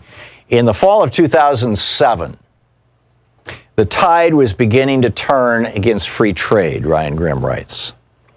And many Democrats were turning sour on free trade. George W. Bush had pushed through the CAFTA, the Central American Free Trade Agreement, in 2005, but the Democrats would not vote for it. Right, this was an entirely Republican effort. George W. Bush controlled, he had Republican Congress, Republican president. He pushed through CAFTA. But, the next year in 2006, there were not going to be any more free trade deals because the Democrats took control of Congress. And this was a big problem for one particular company, Koch Industries, writes Ryan Grimm over at theintercept.com. And that's because one of their major revenue sources was importing oil from Canada tar sands and refining it at their massive Pine Bend plant in Minnesota. So, they needed this. They needed to maintain the free trade deals. Well, here's a quote from Ryan Grimm: "The Kochs desperately needed help with Democrats, so they turned to a reliable partner, the Third Way." In this new book, Kochland, by Christopher Leonard, he writes that Koch Industries secretly financed a report by Third Way. The report was titled "Why Lou Dobbs is Winning." Lou Dobbs was the guy who was out there going, "These trade deals are terrible," and he was doing it on Fox News, which was a problem for Koch, and for the Koch brothers, because Fox News was reaching a conservative audience. But Lou Dobbs was basically taking the position of the Democrats, which, by the way, is what Trump did in the 2016 campaign. Trump's opposition to so-called free trade, it goes back to the days when he was a Democrat himself, right up until about a month before he decided he was going to run for president as a Republican, because the Republican voters are suckers, right? They'll vote for anything. So, the bottom line here, the report titled "Why Lou Dobbs is Winning" was written to promote the free trade agenda to liberals. So this report from the Third Way, financed by Koch Industries, wrote, quote, "A new and powerful populist strain has emerged on both the left and the right in American politics that threatens to turn the nation fearful and inward. Don't be afraid of Koch Industries. Don't be afraid of the Koch brothers. Don't be afraid of libertarian billionaires. Be afraid of people who say you shouldn't have free trade deals."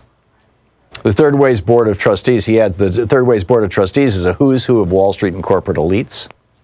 A 2001 American Prospect investigation noted that Koch Industries was a member of the Executive Council of the Democratic Leadership Council, which preceded the Third Way.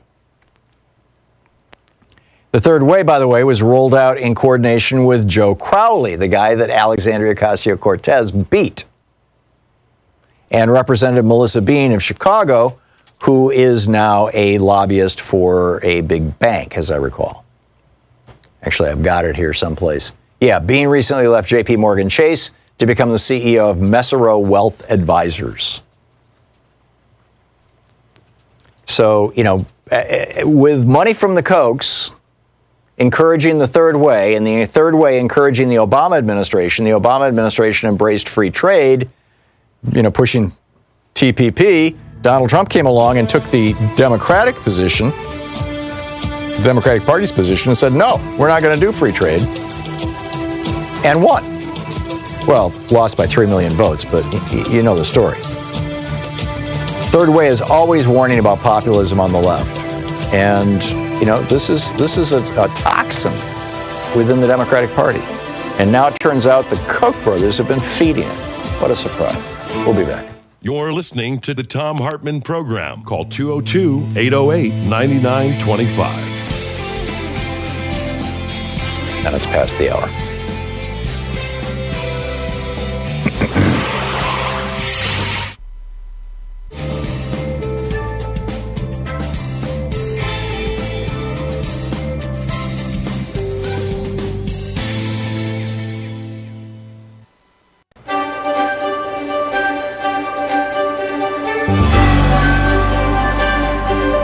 Our book today in the Thom Hartmann Book Club is Kochland, The Secret History of Koch Industries and Corporate Power in America by Christopher Leonard.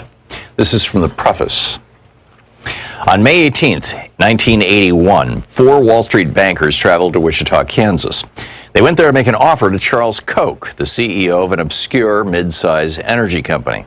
The bankers from Morgan Stanley wanted to convince Koch to take his family's company public, offering shares for sale on the New York Stock Exchange. Their deal was squarely in line with the conventional wisdom of corporate America at the time. Going public was seen as a natural progression for companies like Koch Industries, offering them access to big pools of money and promising enormous paydays for the existing team of executives. All it required from the CEO was to surrender control. Morgan Stanley, in return, would collect a small fortune in fees. Charles Koch was 45 years old. He had run Koch Industries since he was 32 when his father died suddenly. He was trim, tall, and had an athlete's build. He spoke quietly in meetings and seemed almost passive. The bankers laid out their plan to take Koch public. They revealed what, to most executives at least, might have been the most significant detail. If Charles Koch agreed to the deal, he could earn $20 million overnight. The bankers seemed incredulous when they prepared a confidential memo about Koch's reaction. He does not want this cash, the memo reported. Charles Koch calmly explained to them why their offer made no sense. His company was breathtakingly profitable. It operated in vital, deeply complex corners of the American energy industry. During the 1980s, Koch Industries was the largest purchaser and transporter of U.S. crude oil.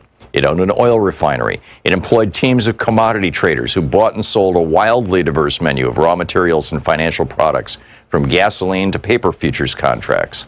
This might have encouraged most CEOs to take their company public.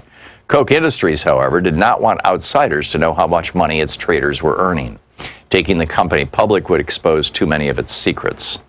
The memo said, certain of Koch's commodity traders are particularly worried that their high salaries, once disclosed to the public, would be used against them by their trading partners. Secrecy was a strategic necessity for Koch Industries.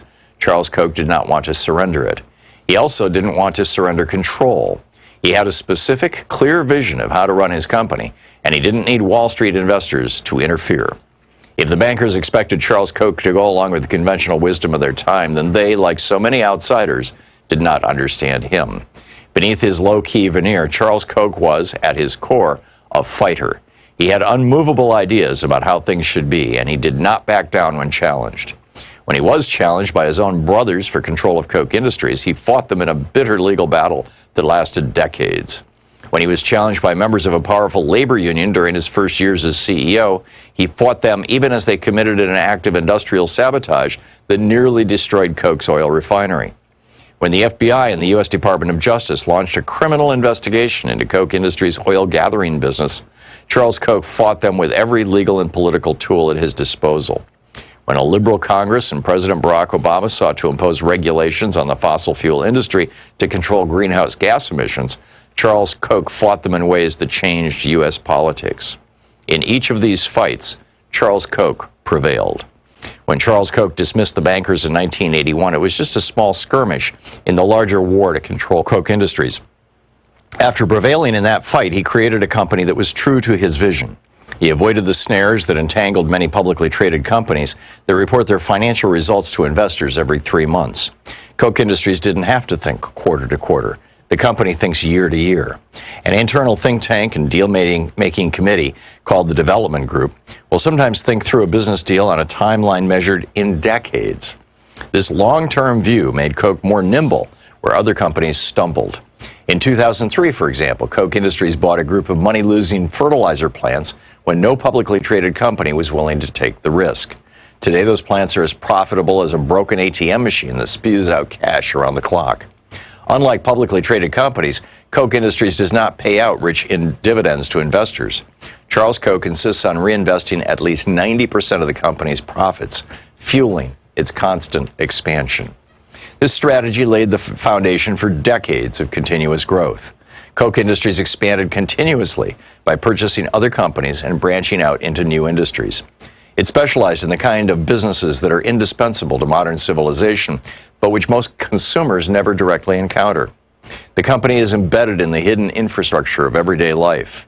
Millions of people use Koch's products without ever seeing Koch's name attached. Koch refines and distributes fossil fuels, from gasoline to jet fuel, on which the global economy is dependent.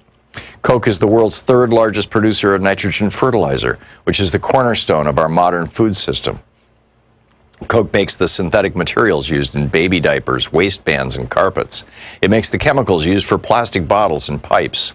It owns Georgia Pacific, which makes the wall panels, beams, and plywood required to build homes and office buildings. It makes napkins, paper towels, stationery, newspaper, and personal hygiene products. Koch Industries owns a network of commodities trading offices in Houston, Moscow, Geneva, and elsewhere, which are the circulatory system of modern finance. The book, Kochland, by Christopher Leonard. Want to connect with the show online? You can find the Thom Hartmann Program on Facebook, Twitter, and Instagram.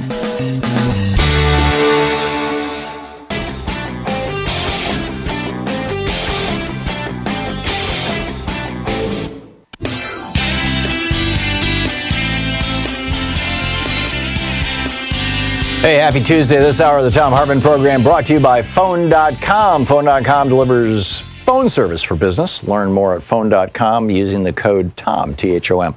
And just a correction, the previous hour somebody called and said Epstein was moved from Rikers to the New York correctional facility under the feds by Bill Barr. I echoed that. Thinking, yeah, that sounds familiar. Well, it turns out, and thank you to the folks on Twitter, and also a couple of people have actually called and shared with Louise that, no, actually what it was that was Paul Manafort that we were thinking about. And just a reminder that Louise and I went on this cruise to Alaska a couple of weeks ago. Had a wonderful time, met some really great people. I mean, there's a little community is forming of people who are participants in and listeners to and watchers of our program, and many of them are going to be on our cruise to Bermuda a year from now. And, we'd love to have you there too. You can find the information at the top of TomHartmann.com. Just an FYI. So, actually, before I get into I've got some more. No, there was one thing actually that I wanted to share with you that I thought was really fascinating. We were talking about negative interest rates earlier. This is what happens when the money supply is out of balance. August 12th, 2019. This is from the graphic up at the top of Democratic Underground right now. They're quoting S&P Global, which is a news organization that talks about power. Wind and solar generation surged over 100 gigawatts. Now, a light bulb might be 100 watts, right? 100-watt light bulb, 60-watt light bulb, kind of standard light bulbs. And nowadays, you can get the same amount of light out of an LED bulb that only consumes 8 or 9 watts. But still, 100-watt light bulb, that's 100 watts. 1,000 watts is 1 kilowatt. 1,000,000 watts is 1 megawatt. 1 billion watts, 1,000 million watts, is 1 gigawatt. That's 1 billion watts. Okay, so just think about that in terms of that 9 watts for a light bulb. Wind and solar generation surged over 100 gigawatts across Europe over the weekend. Wind and solar, driving hourly prices into negative territory. In other words, the power companies are paying you to consume electricity. In Germany, Denmark, and Belgium, the Saturday peak load power settled at a minus 2.77 euros per megawatt hour. That's mind-boggling. They're paying you 2.7 euros, about $3 US, to consume 1,000,000 watts of power, which is a mind-boggling amount of power, but still, that's incredible. Mark in Seattle. Hey, Mark, what's on your mind today?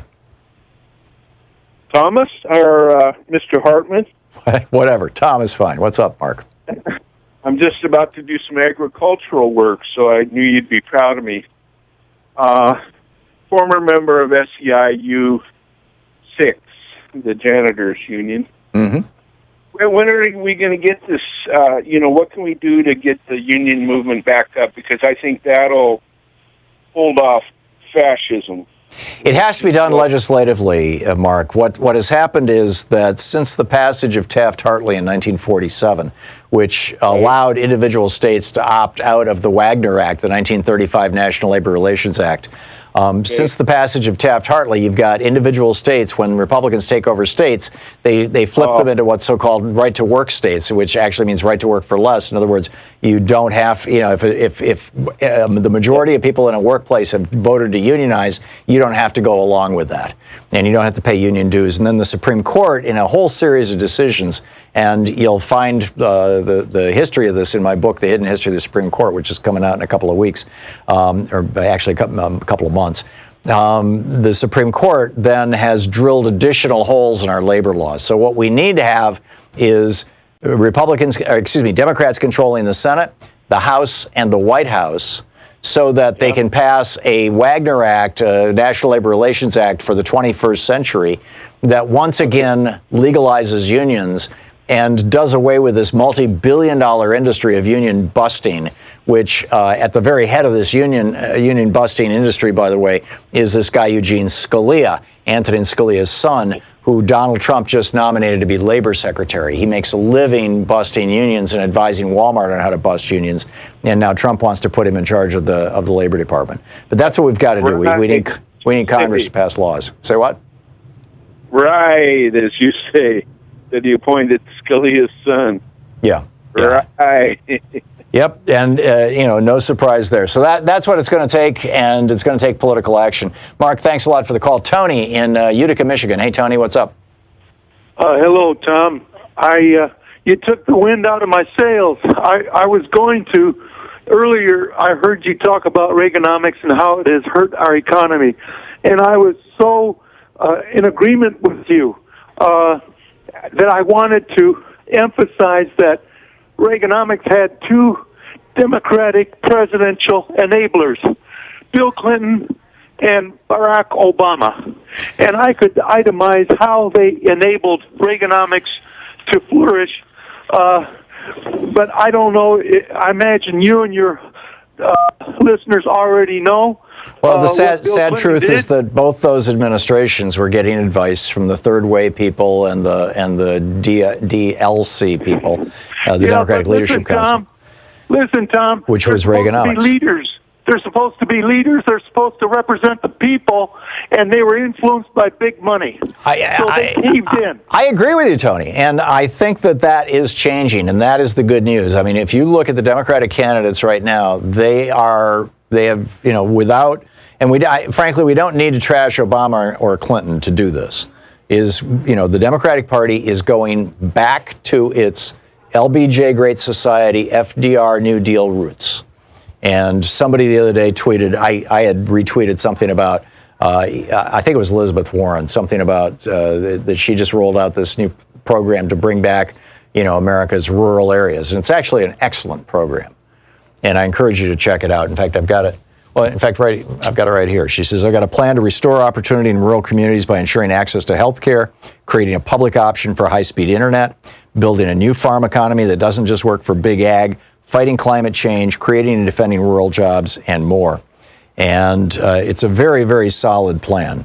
Elizabeth Warren is not somebody who's just throwing out slogans. She's throwing out details. So anyway, I tweeted this out, and somebody responded to me saying, if she's the nominee, we'll lose 40 states. And of course, what they're talking about is George McGovern.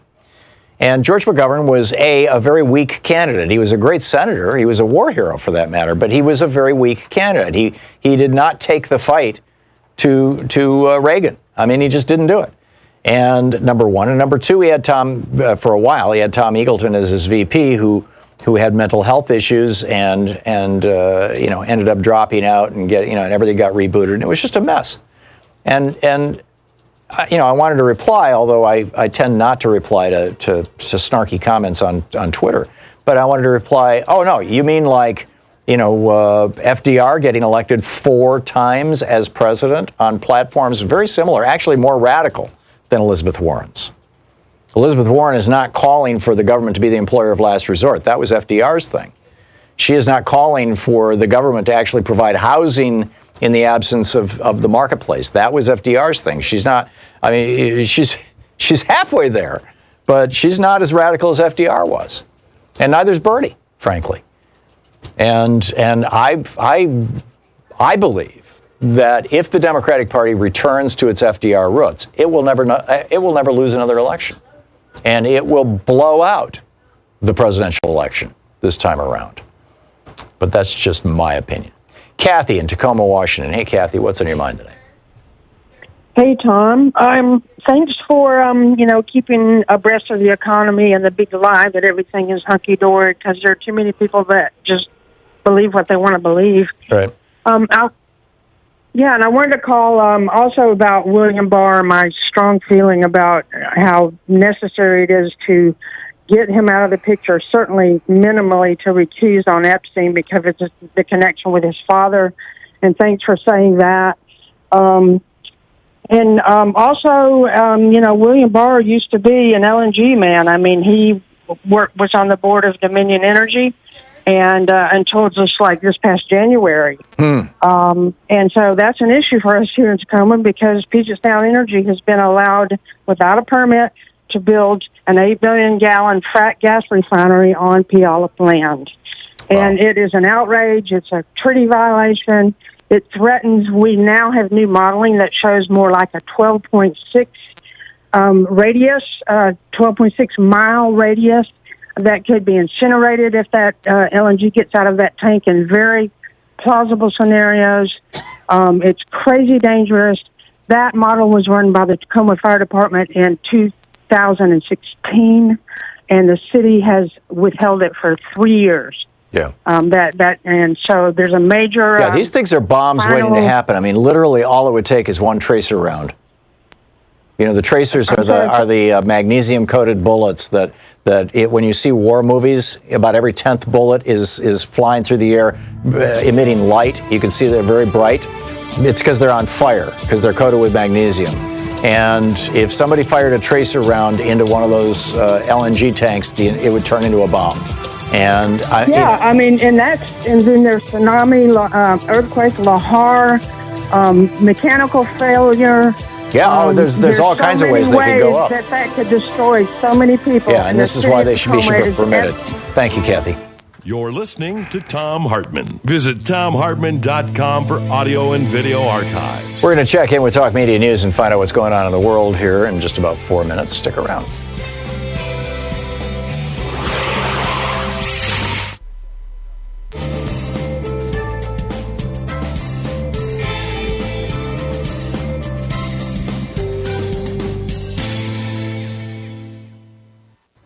And welcome back.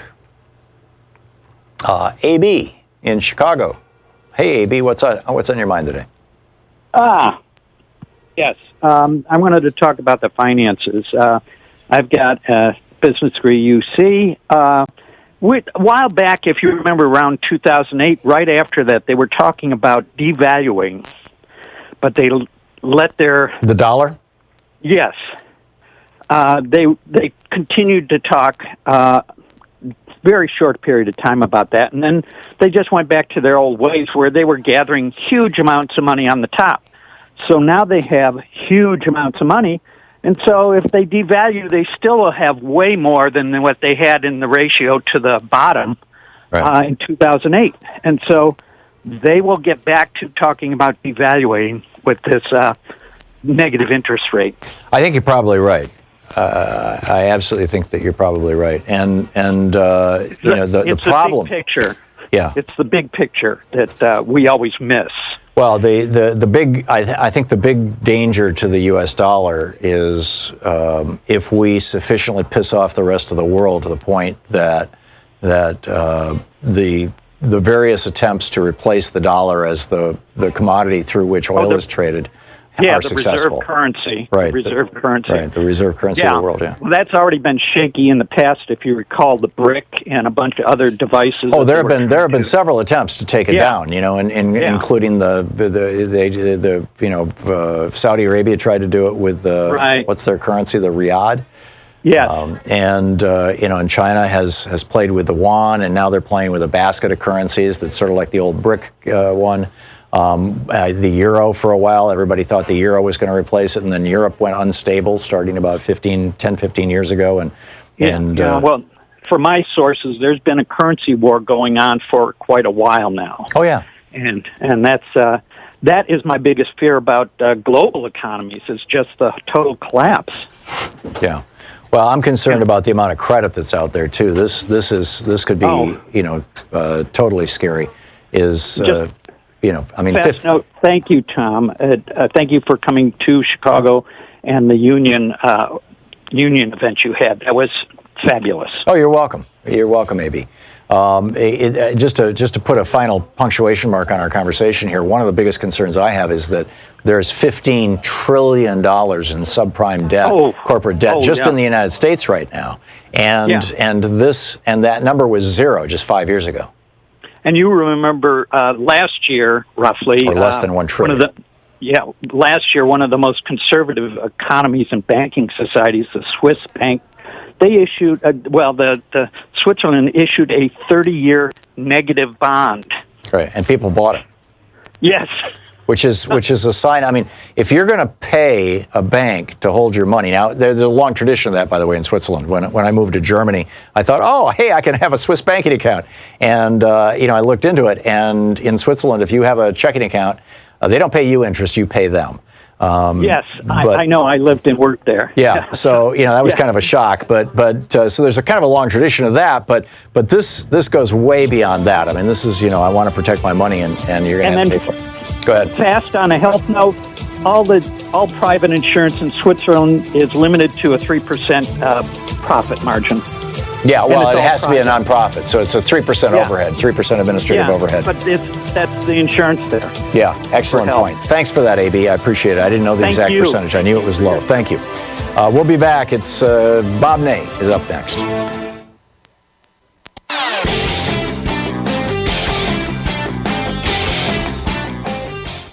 Every day here on the Thom Hartmann Program, Louise and I and our team, Sean, Nate, Shira, Dave, Chase, Sue, Nigel, Ron, we all work to put together the very, very best show we possibly can. And there's an enormous amount of work that goes into the show. And one of the things that comes out of that is a lot of content, a lot of specific information that we go through and we dig out and we want to share with you. And Sue puts that into our newsletter every week. And I think you will, if you don't already receive our newsletter, it comes in email every day, about an hour after we're off the air, or maybe a couple hours after we're off the air. And Sue goes through and pulls literally every link to every story that we talked about and puts it into the newsletter. It's free. We don't sell the list or anything. You complete safety and security. There's no charge. There's no nothing. Just plug in your email address over at thomhartmann.com. And you get signed up for the newsletter. It's all fairly obvious. You'll see it on the website. So check it out, thomhartmann.com. Thank you. Want to connect with the show online? You can find the Thom Hartmann Program on Facebook, Twitter, and Instagram.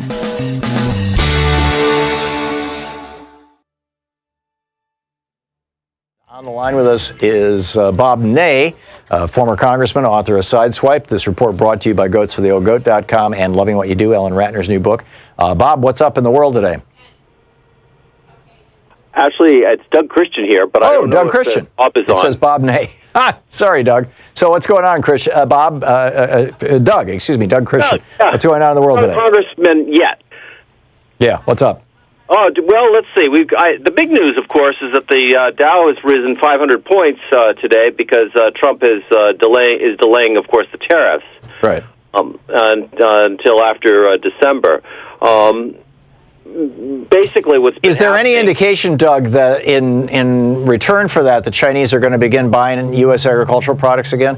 I know the production of hogs in Ireland has tripled in the last 4 months. Soybean production is massively increased now in Brazil.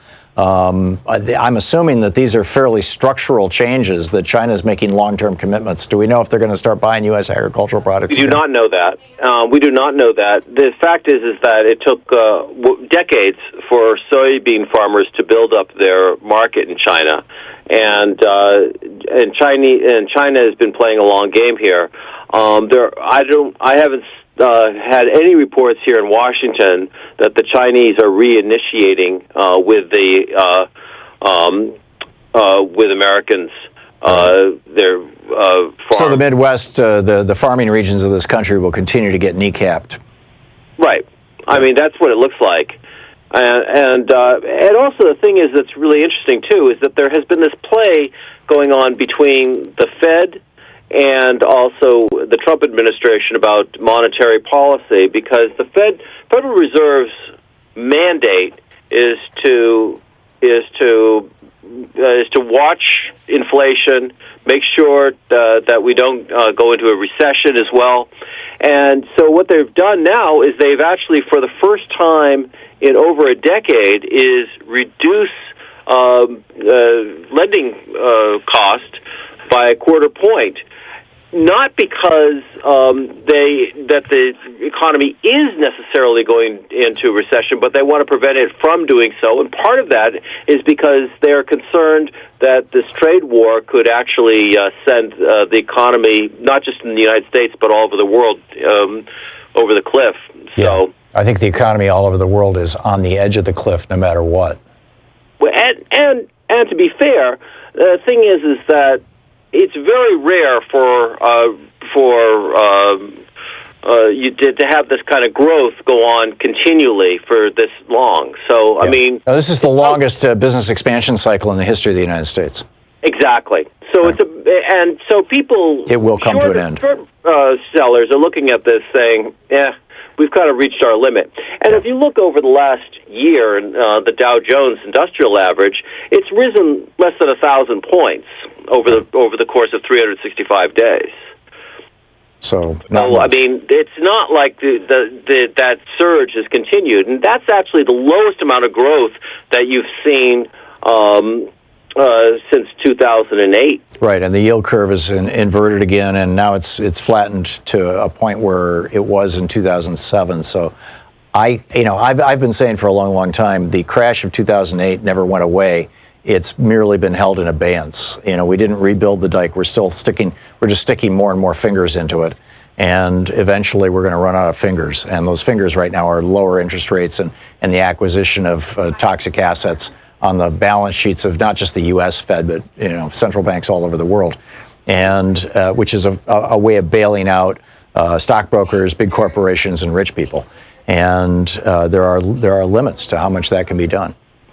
And the Fed is looking at it that way, and of course they're not trying to play favorites here necessarily, but they also look at this and say if we do not keep this economy going, the alternative will be disastrous for most working class people. Yeah, and it will be. It will be. And recessions are always hard on working class people. They're the ones who are hit, not the banksters.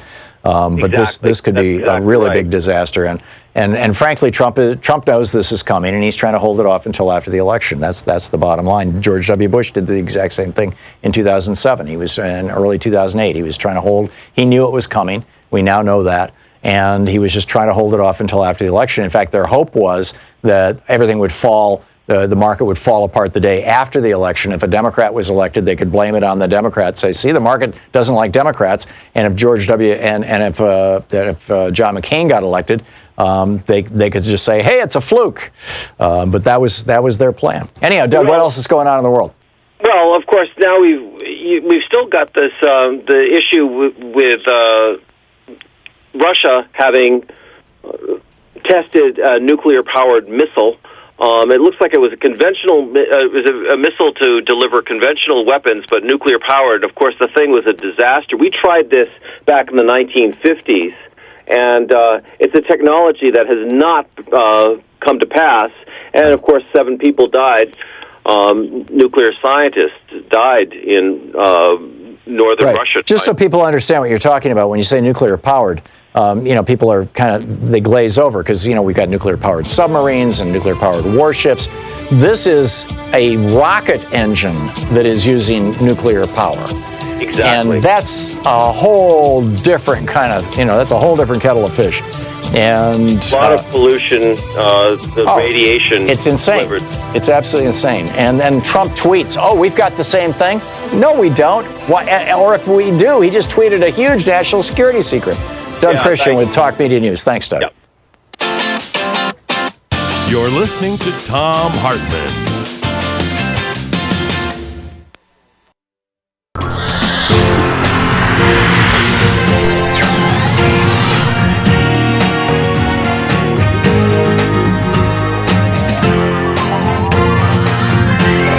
We say fight back!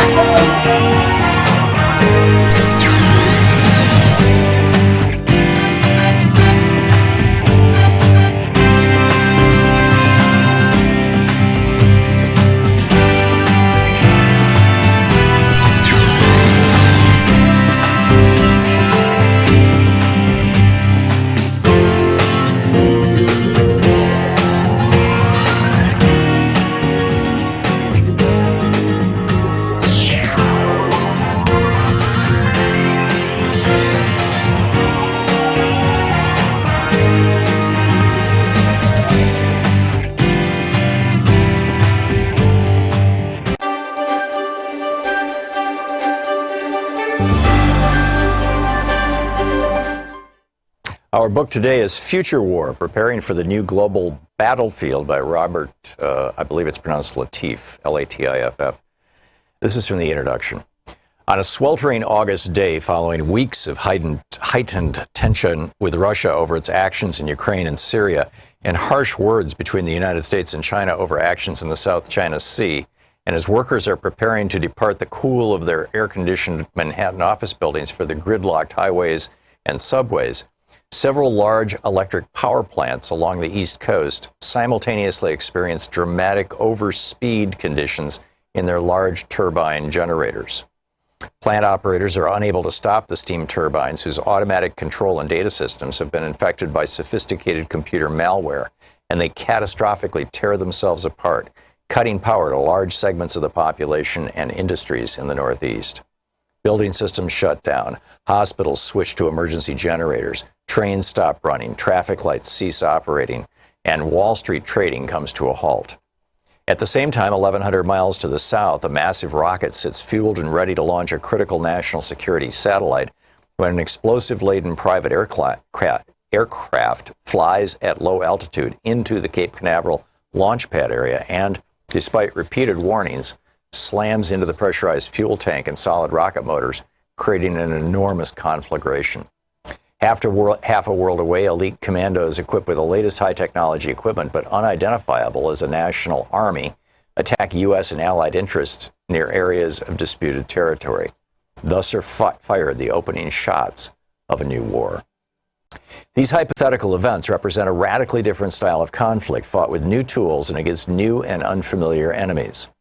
When most people think of war, they imagine soldiers doing battle with other soldiers, employing tanks, artillery, and other recognizable weapons. However, in this century, war has morphed into something we can scarcely recognize, and future conflicts will be qualitatively and quantitatively unlike those of the past. They will be fought using innovative and unusual weapons, many of which, because the technologies have both civilian and military uses, will be available to far more people who are far less skilled in their employment. The so-called democratization of technology has diminished the monopoly of advanced countries on the tools of war. 21st century armed conflicts often have no battlefield in the traditional sense. The concept of opposing armies clashing in deadly struggle but moderated by international conventions of behavior seems a thing of the past. In 1999, Chinese colonels Kuo Liang and Wang Shuangshui predicted that soldiers would increasingly be computer hackers, financiers, drug smugglers, and agents of private corporations rather than members of a military, and that their weapons would include not only airplanes, cannons, poison gas bombs, and biochemical agents, but also computer viruses, net browsers, and financial derivative tools. Their predictions were prescient. Yesterday's wars were, like World War II, about saving civilized nations from maniacal dictators, or like the conflicts in Vietnam and Korea, devoted to a clash of ideologies in the attempt to limit the spread of one hegemon over another. They were big affairs involving large military forces and enormous violence. Today's wars are more about cultural and religious hatreds, using violence as a means to change the hearts and minds of people, among whom the killing occurs with more frequency. Tomorrow's wars will be different still, fought largely for political dominance with stealth and cunning, targeting innocents and institutions, heavily dependent on information superiority, and employing strange new weapons. While we have a highly motivated and well-trained and equipped armed forces that will adapt, we are not prepared as a nation to react well to the inevitably messy and ambiguous situations these new conflicts and weapons will present. We still have no clear idea of what constitutes an act of war in cyberspace now, nor of how we might respond to such an act. It is not enough for the military to be prepared. Neither the public nor its decision makers have yet fully comprehended the significance of the changes in the types of conflict and the tools with which they will be fought. Without question, there will be circumstances when decision makers will find it necessary, or at least think it necessary, to send soldiers into classic boots-on-the-ground combat situations. We will continue to project force with our powerful aircraft, our munitions, and our aircraft carrier strike groups. When war is fought in foreign lands, it could well be against other high-tech armies. However, war will increasingly be more personal and often fought closer to home. It will not lend itself to the traditional massive displays of U.S. firepower. It will affect individuals directly, not as some distant conflict we read about in newspapers or watch in the movies or on the internet. Americans will be targeted on U.S. soil, often, as we have seen in San Bernardino and Orlando, by homegrown terrorists. This form of war will be messy and complex, and it will not lend itself to easy, quick, soundbite solutions. It may not even be clear for a while who perpetrated the violence against us. Was it state-sponsored or a random act of terror? Will we unleash massive destruction on foreign countries in retaliation for attacks by terrorists residing on our own soil? If so, to what end and with what consequences? There are always consequences, whether they be the death or capture of our own troops, unnecessary civilian casualties, or the incitement of more violence. The book Future War by Robert Latif.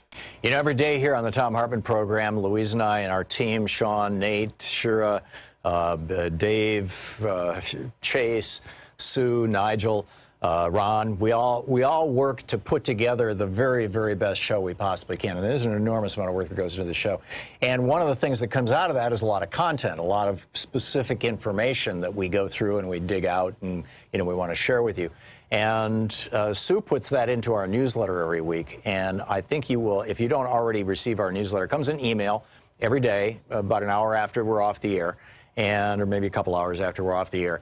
And Sue goes through and pulls literally every link to every story that we talked about and puts it into the newsletter. It's free. We don't sell a list or anything. You complete safety and security. There's no charge. There's no nothing. Just, you know, plug in your email address over at thomhartmann.com and you get signed up for the newsletter. It's all fairly obvious. You'll see it on the website. So check it out, thomhartmann.com. Thank you. Want to connect with the show online? You can find the Thom Hartmann Program on Facebook, Twitter, and Instagram.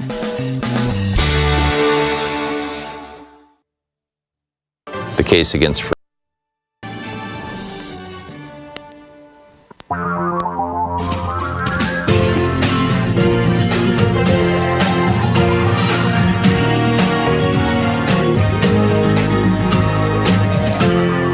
This is the Thom Hartmann Program. And welcome back to the third hour of our program. This hour brought to you by Phone.com. Phone.com delivers phone service for business. You can learn more at Phone.com with the code TOM, T-H-O-M. Boy, it's been a long time since we've talked to our old buddy Don Siegelman, the former governor of Alabama, who Karl Rove, in my opinion, massively, illegally, immorally, and wrongly took down and just committed horrible crimes against. Karl Rove committed the crimes. Governor Don Siegelman is on the line with us. free-don.org is his website. His Twitter handle is Don Siegelman. Governor, welcome back. Hey, thank you, Tom. I'm glad to be back. It's great to have you with us. It's been a long time since we've talked. I wanted to discuss with you the death. There's a bunch of things I'd like to cover, actually. Let's start with the death of Jeffrey Epstein. You, as governor of Alabama, oversaw prison systems. You, after Karl Rove got done with you, were in a federal prison. And I'm guessing you have more than a passing familiarity with suicide watches in prisons. Well, I volunteered for Suicide Watch while I was in Oakdale Federal Prison. Let me say that it is taken very seriously by wardens. The worst things that can happen in a prison is a murder of an inmate by another inmate or by a guard or a suicide, because it reflects poorly on the warden and diminishes their chances of promotion. So they do everything possible to prevent a suicide. At Oakdale, which is a podunk prison in the swamps of Louisiana, there is a glass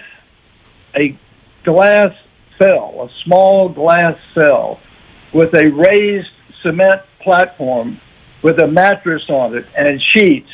There is no overhead structure which could be used by the inmate to hang himself. There is no way for the inmate to hurt themselves without being observed for two reasons. One, there are guards watching 24 hours a day, 3 shifts, different guards coming in every 8 hours, viewing the suicide cell. In addition to that, there are inmates who serve as volunteers and sit outside of the glass structure. Now, in Oakdale, I was participating in Suicide Watch for a young African American who was, I don't know whether it was a drug dealer or what the situation was, but let me say they take it very seriously. If you say you are depressed, they will put you in Suicide Watch. So it just stands to reason that if the prison system will go to this much effort to prevent a suicide by an unknown inmate, they would certainly do everything humanly possible to prevent Jeffrey Epstein from committing suicide, particularly that he wasn't just depressed. It was reported that he tried to kill himself 3 weeks ago. Right. They're not gonna ever take their eyes off of that man. Right, but they did. And apparently, I mean, the day that he was arrested, the FBI raided his home in New York City, the largest private residence in the city, which is pretty amazing. And the news reports were that they had found all kinds of photos and videotapes and even old, movies back in the days when it was, 8mm movies, home movies. Apparently, of not just Epstein having sex with some of these young women, but also some of his rich and powerful friends. I'm assuming that those are now in the possession of the Department of Justice, which is Bill Barr's department, which also ran the prison where Epstein killed himself. And then yesterday, they raided his island. Now, why did they wait until yesterday to raid the island, the private island, looking for more of this stuff? And what do you think? I mean, maybe this sounds paranoid, but I'm old enough to remember J. Edgar Hoover, who used to get this kind of information on people. He would, pictures of John Kennedy having sex with somebody or sneaking into some place. I mean, he had dirt on probably half the politicians in the United States, and he didn't prosecute them, and he didn't leak it to the press. He used it to make sure that nobody ever challenged his power. Am I going off in some weird paranoid direction here, Governor? Tom, I don't think you could possibly go off in any weird direction when it comes to the question of Jeffrey Epstein's, I'm going to say, alleged suicide. This is just my opinion, Tom. If he committed suicide, it had to have been done with the complicity of someone in the prison system who decided that they were going to take their eyes off of him. It is not protocol. And put him in a cell that's got some kind of overhead structure from which he could hang himself. Well, it's just totally an anathema to what the policy and rules of the Department of Justice and the Federal Bureau of Prisons require for someone who has attempted to take their own life. So, right. There is a breakdown. It's hard to believe, imagine, or fathom that something like this would happen by accident. Right. So, no, I don't think you're paranoid, and I think that if you're going to preserve evidence, you do it the moment that you make the arrest. The judge is already geared up. He's authorized the search and the seizure of any and all documents of any kind, shape, form, or fashion. All of that stuff should have been seized, at the time of his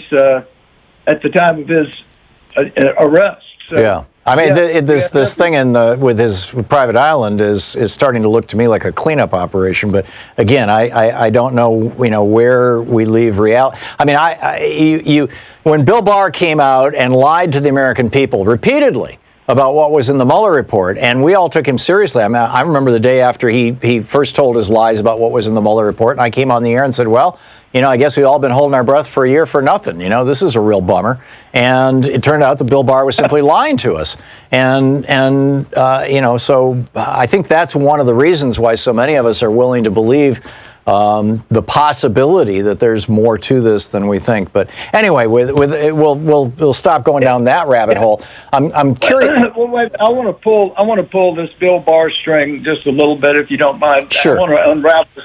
unravel something that's going to relate back to, if you can believe it, to women's suffrage. But Bill Barr was appointed to replace Jeffrey Beauregard Sessions, and a Southern Alabama white boy, if you'll excuse the expression. Who you knew, right? Someone I knew and someone I have done battle with from the time I was Secretary of State in 1979 throughout my political career. Someone who was contemplating running against me in 2006 and whose ex-FBI agents, retired FBI agents, were the ones who built the case against me. But that's another story. But if you look at how Bill Barr ended up where he was. All right, Trump fired James Comey. He fired Andrew McCabe. He fired Sally Yates. He hired Jeffrey Beauregard Sessions, fired Jeff Sessions, and then hired Bill Barr. If I were going to make a case that the Department of Justice can be used for political purposes, I would put Donald Trump on the stand as my first witness.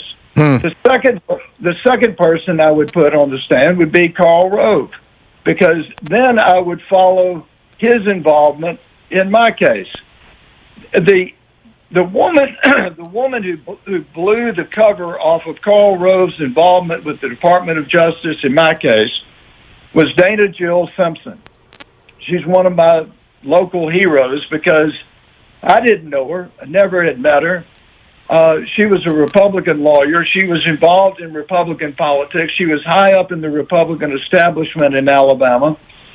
She was in law school with the Republican governor's son. And yet she came forward, pointing the finger at Karl Rove, saying she was on a telephone call with Billy Canary, the husband of my prosecutor, when Billy Canary said that he had spoken to Karl and the Department of Justice was already pursuing me. And besides that, his wife and another U.S. attorney were going to take care of me. And he was also the campaign manager of your opponent in the election, was he not? Yes. Yeah. He was the... Okay. And by the way, Governor, we just have a minute and a half before we're going to hit a hard break here. Well, let me make a pitch here for Dana Jill Simpson. She has suffered a lot because of for coming forward. The Republicans have cut ties with her. Her law practice has gone into the tank. She now has cancer, and she has a GoFundMe page. It's just Dana Jill Simpson, and I would encourage those who want to support a fine woman who was a whistleblower and who took a lot of heat for being a Republican who came forward in my case, to go find her on GoFundMe and help her out if you can. I will do that today. I will make a contribution. So in the minute we have left, what's your prescription for cleaning all this up, Governor Siegelman? Elect a president who understands that and this would be my message to Democrats, that, and we can follow up on this after the break, but Democrats need to stop talking about Donald Trump and start talking about the issues that are important to the working families of this country. They don't go to sleep at night. Working families don't go to sleep at night worrying about Donald Trump.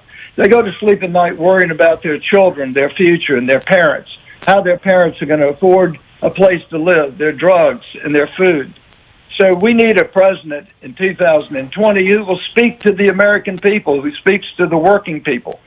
So I look forward to following up on this after the break. Right. Well, we can't do it after the break, but can you come back next week and we can continue the conversation?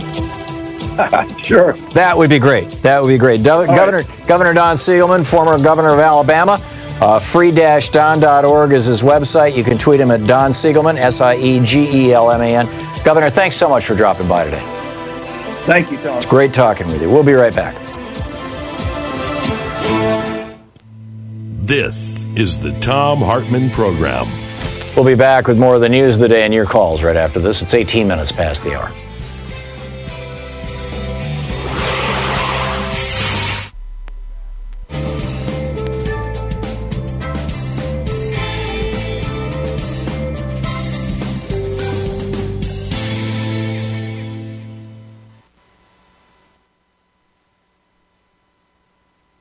not hearing myself. There we go, and welcome back.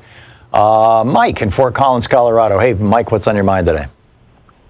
I'm doing pretty well. I want to start by apologizing to your screener. We had a complete lack of communication, and also, tracer rounds caused a forest fire here near Aspen earlier this year. But my main point is your caller from Michigan talking about how terrible it was that black people had ruined Detroit. Well, white people damn near ruined my native state of Kansas, cutting taxes on business, which blew a $1 trillion hole in the budget. They couldn't fix roads. They couldn't finance schools until the Kansas Supreme Court said, no, you will give schools money. And so terrible crying and rending of breasts in the legislature when they pulled back these tax cuts. And I believe that actually worked to the Democrats' advantage. I live in Colorado. We have a Republican governor, and I've seen some of the other statewide offices are also in Democratic hands. And I think it's the 7th Democratic district has a representative in Washington, and Dems have also narrowed the gap in the legislature. Mm-hmm. It was Sam Brownback, who was formerly the senator from Kansas, who became the governor of Kansas, who said, we're going to use Kansas as a laboratory. We're going to do an experiment here in Kansas.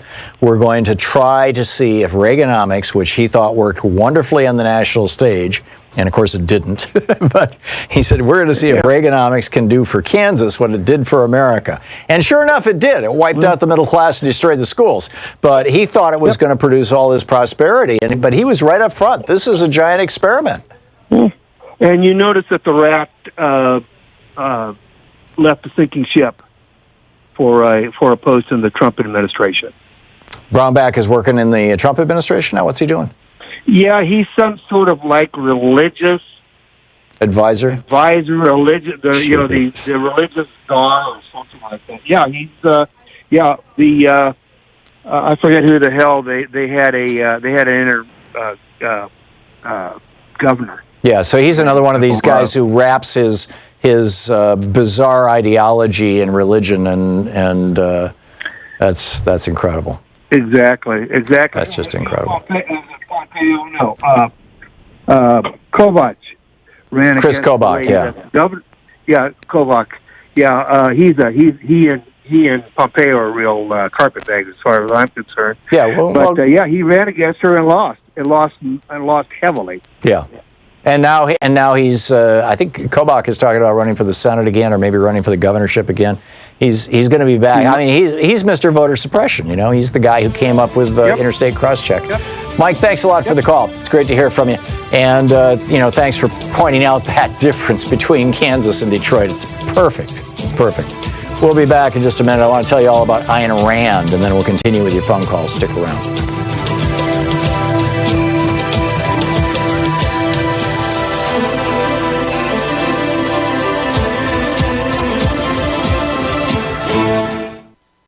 Every day here on the Thom Hartmann Program, Louise and I and our team, Sean, Nate, Shira, Dave, Chase, Sue, Nigel, Ron, we all work to put together the very, very best show we possibly can. And there's an enormous amount of work that goes into the show. And one of the things that comes out of that is a lot of content, a lot of specific information that we go through and we dig out and we want to share with you. And Sue puts that into our newsletter every week. And I think you will, if you don't already receive our newsletter, it comes in email every day, about an hour after we're off the air, or maybe a couple hours after we're off the air. And Sue goes through and pulls literally every link to every story that we talked about and puts it into the newsletter. It's free. We don't sell the list or anything. You complete safety and security. There's no charge. There's no nothing. Just plug in your email address over at thomhartmann.com. And you get signed up for the newsletter. It's all fairly obvious. You'll see it on the website. So check it out, thomhartmann.com. Thank you. Want to connect with the show online? You can find the Thom Hartmann Program on Facebook, Twitter, and Instagram. All out.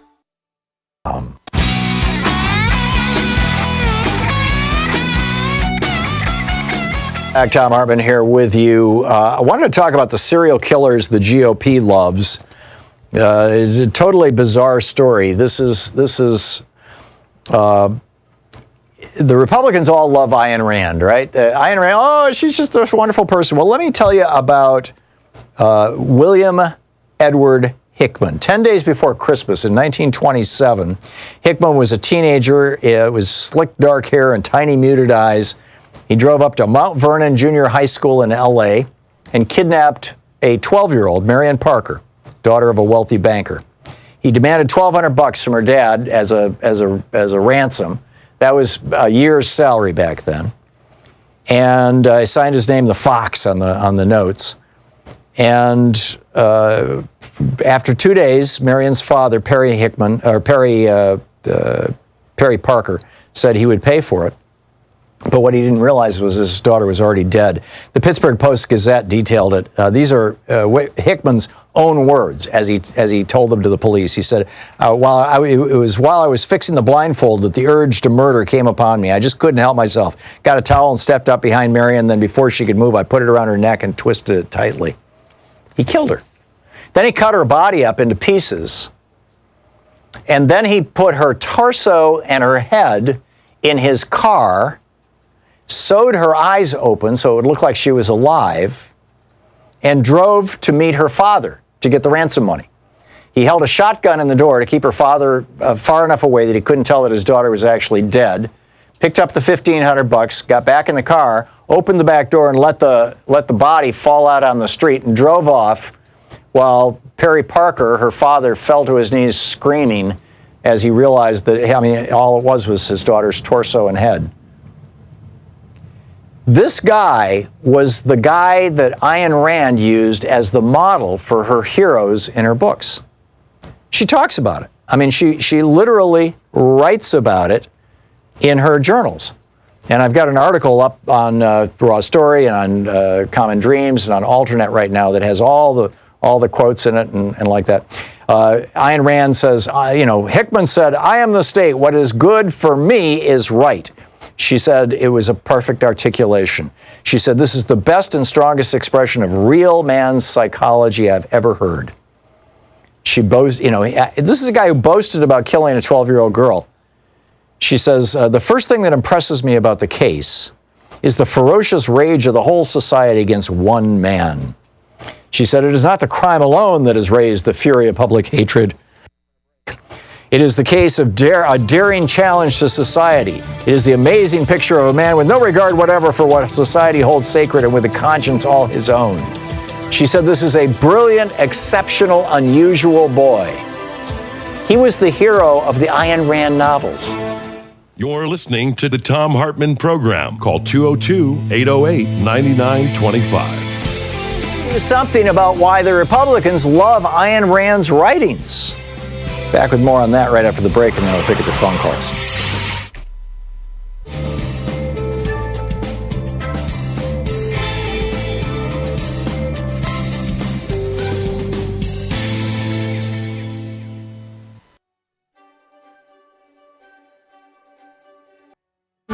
Want to connect with the show online? You can find the Thom Hartmann Program on Facebook, Twitter, and Instagram.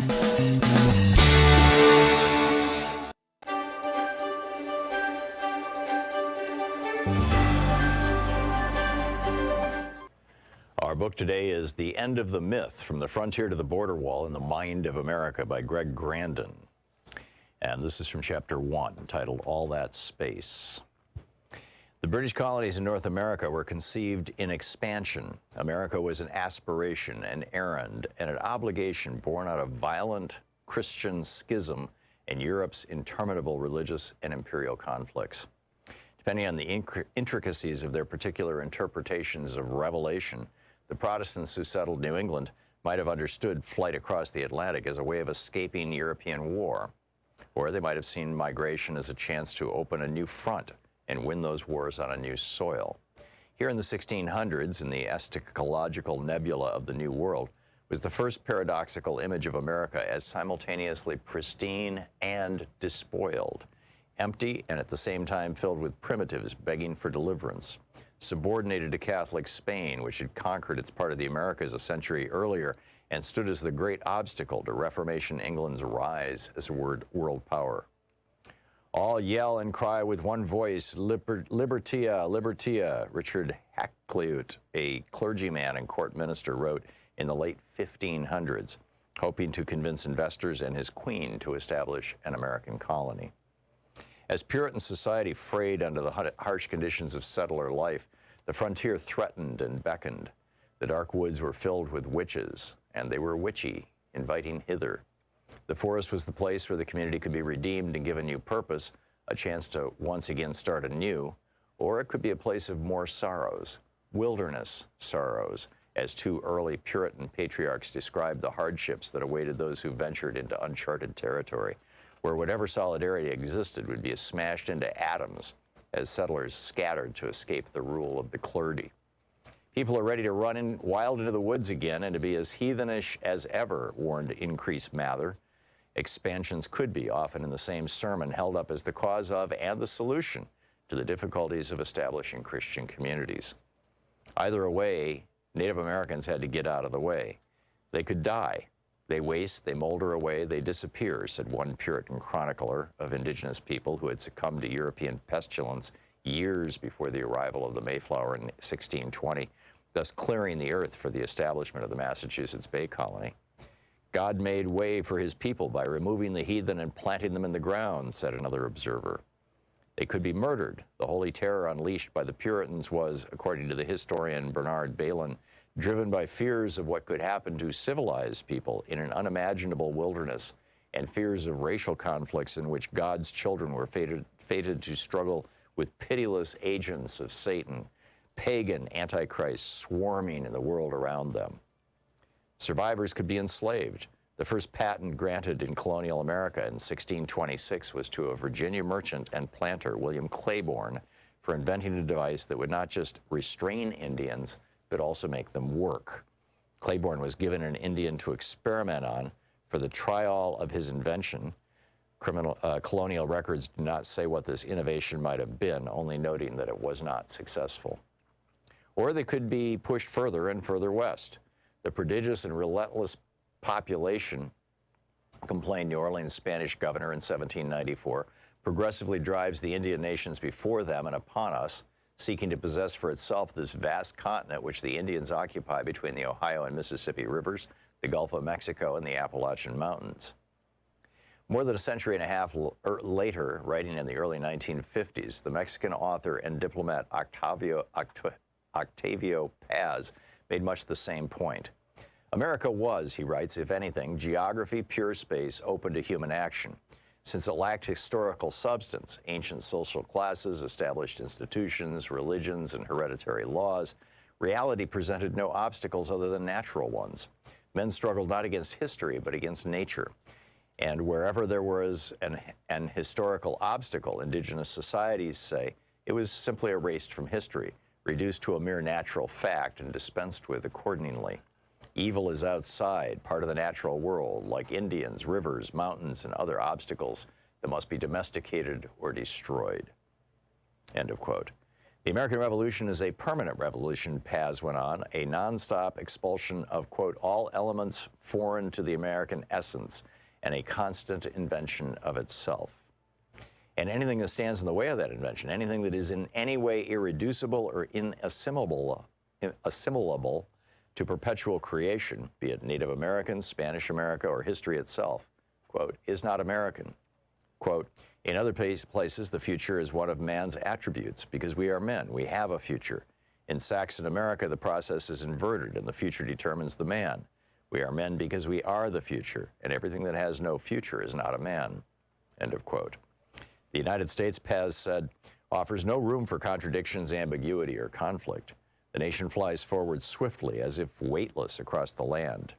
Trying to stop North Americans moving west, Stephen Austin, the founder of Texas, said over a century earlier, was like trying to stop the Mississippi with a dam of straw.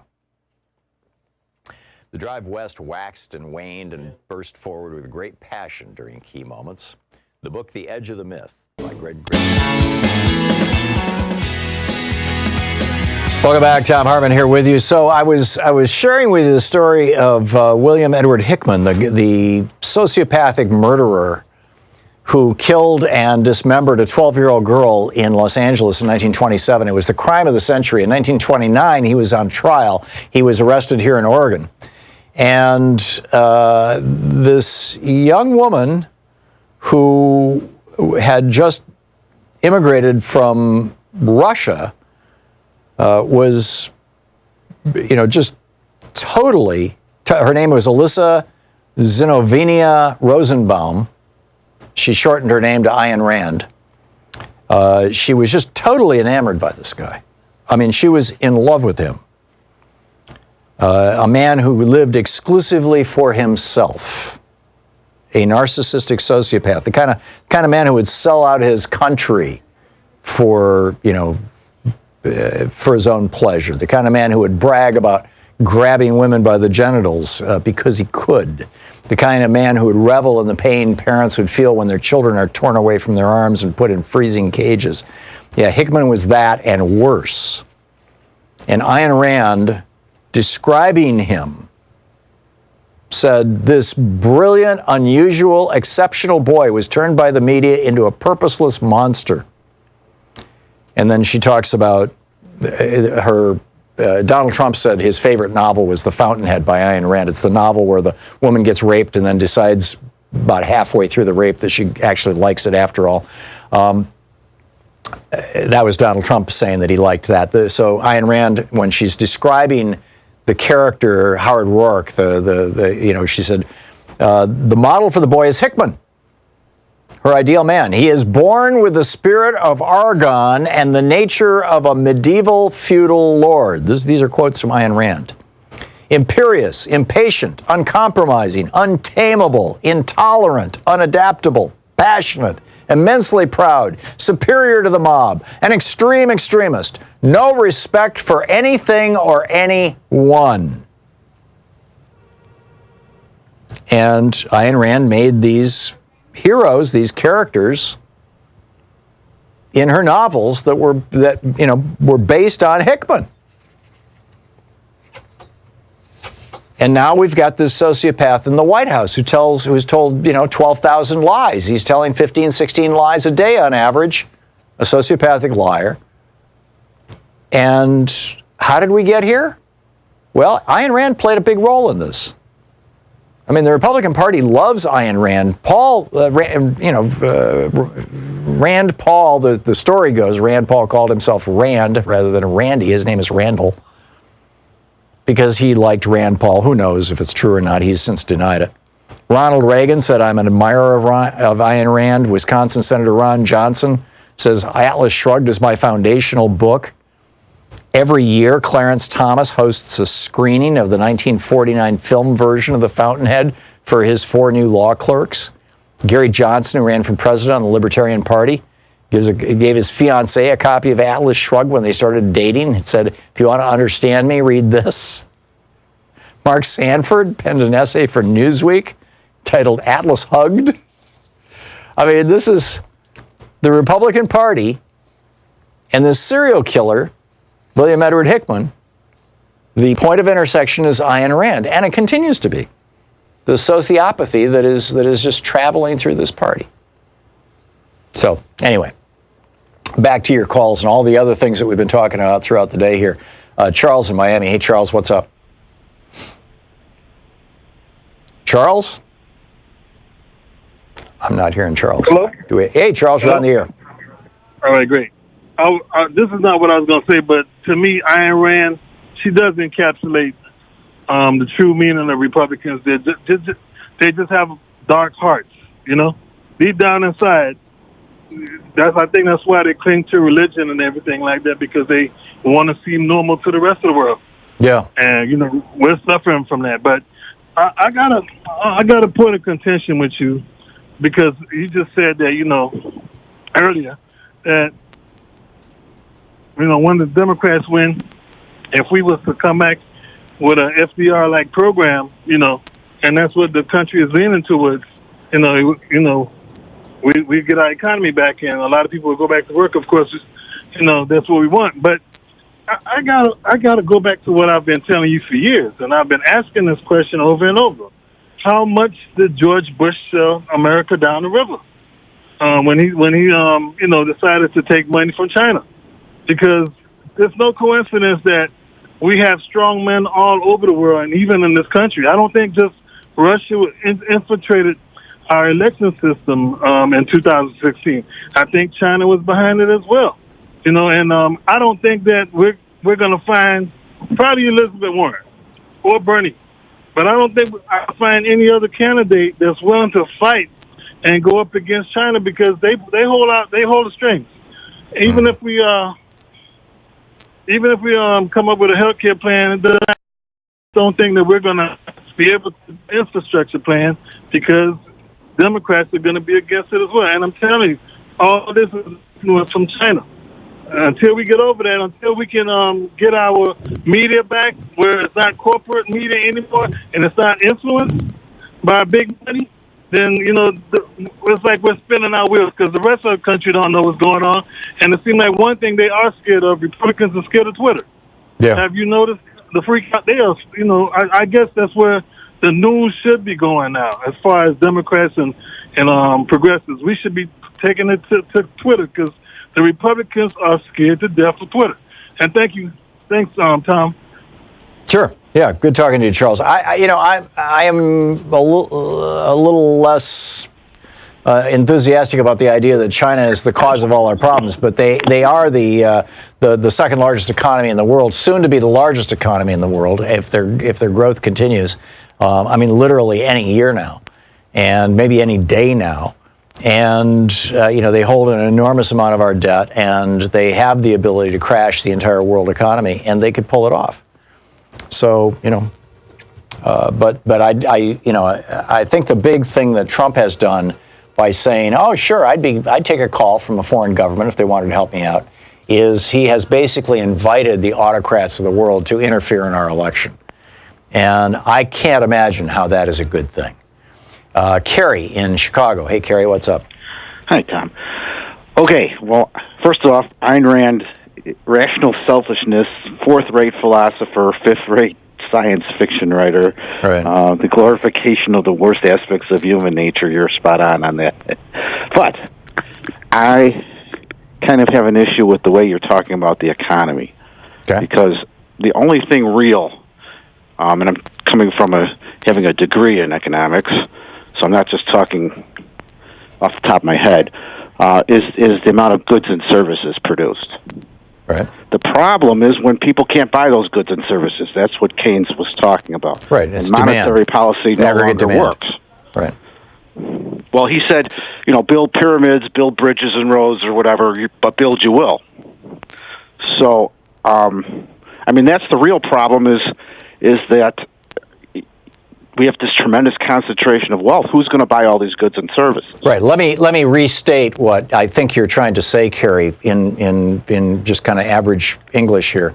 When John Maynard Keynes said, if you want to get the economy back on track, even if you have to hire one man to dig a hole and hire another man to fill that hole back up, do it. Because both those men will now have money in their pockets, and they will go out and buy things in the local stores, and those things will have to be replaced in the local stores, which means somebody's going to have to manufacture them, which means some manufacturer is going to have to hire somebody to do manufacturing, and you're thus going to kickstart the economy and put it back into function. This is demand-driven economics. It's what Adam Smith wrote about in Wealth of Nations. Well, there is only that demand. There's no supply-side economics. Correct. You can't affect the supply curve. Correct. There's no evidence that you can affect the supply curve in any meaningful way.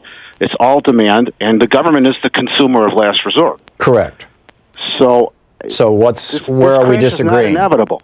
This crash is not inevitable. It's just that these people that we have that call themselves Republicans have no idea how to run the economy.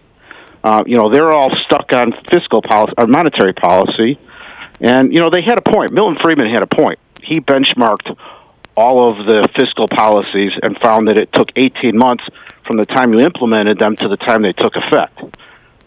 which is different than the supply-siders who said they don't stimulate the economy. But, of course, there is no supply-side economics. That was a farce to begin with.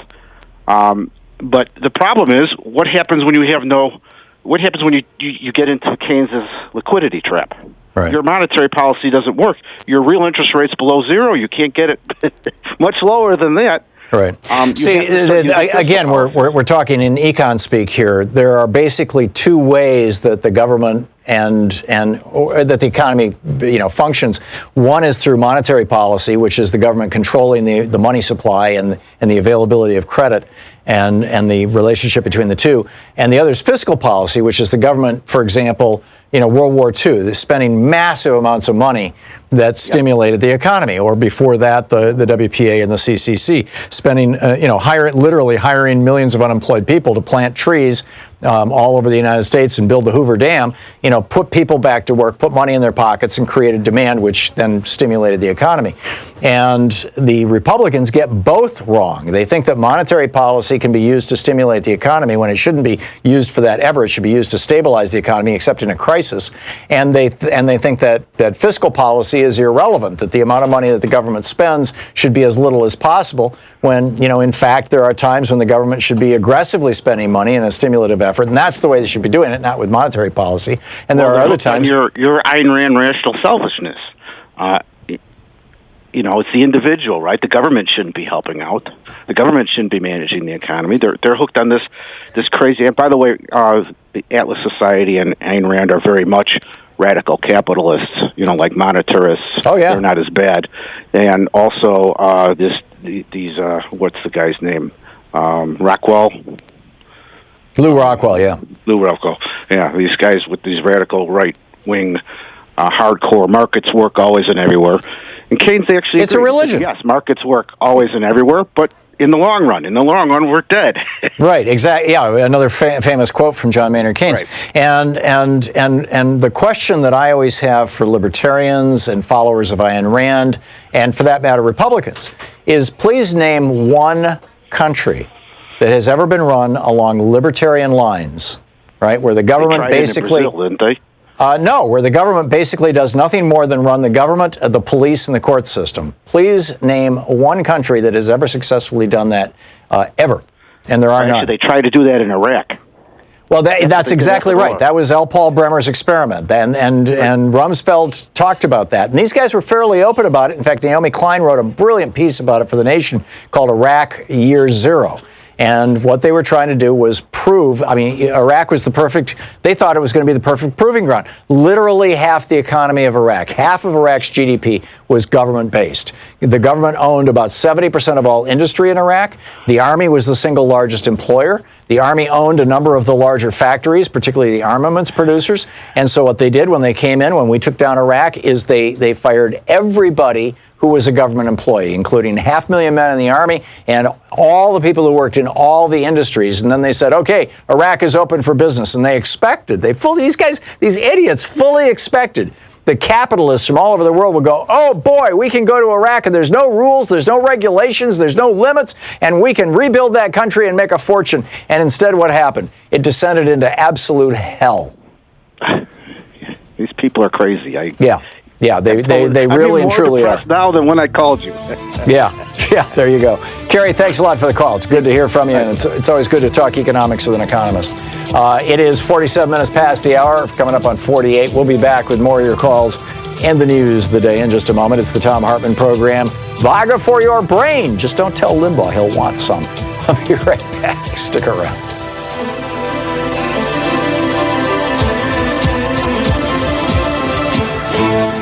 You're listening to Thom Hartmann. Visit ThomHartmann.com for audio and video archives. Speaking the truth to multinational corporations, we'd really rather you didn't know all about it. It's the Thom Hartmann Program.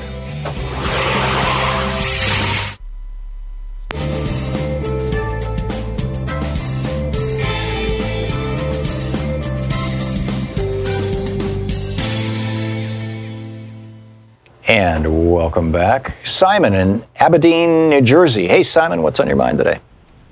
Yeah, hi, Tom. How are you? Question. It's about Bill Barr.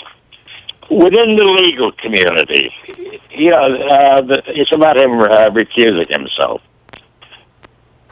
Is recusal a requirement or an option? It's an option. Boy. To the best of my knowledge. Okay, because I was wondering whether there's anything that the ABA could do to. Well, there's a code of ethics that defines that. I'm not an attorney, so I'm not intimately familiar with it. But just the fact that he was able to recuse himself and then unrecuse himself the next day after he talked to Donald Trump, or presumably after he talked to Donald Trump, suggests to me that this is not law, that this is policy. Okay, because it's such a conflict of interest. It's ridiculous. Yeah, you think? Yeah, his dad gave Jeffrey Epstein his first job teaching high school girls, and then everybody in the parents started complaining about Epstein's, quote, inappropriate relations with the girls, and Dad resigns as headmaster of the school. And then Dad goes on to write a science fiction novel about sex slavery. And that's the business that Epstein gets into. It's like, really? I think, Surprise, surprise. I get it.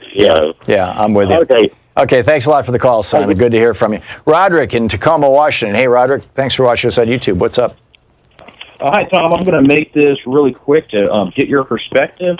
But my question, it's not really a question, but a solution for automation. I know a lot of people are scared of their manufacturing jobs or, trucking jobs, whatever it is, being, them being replaced by machines. But the question is, who are going to be building these machines and robots that are going to take these jobs? It's going to be manufacturing.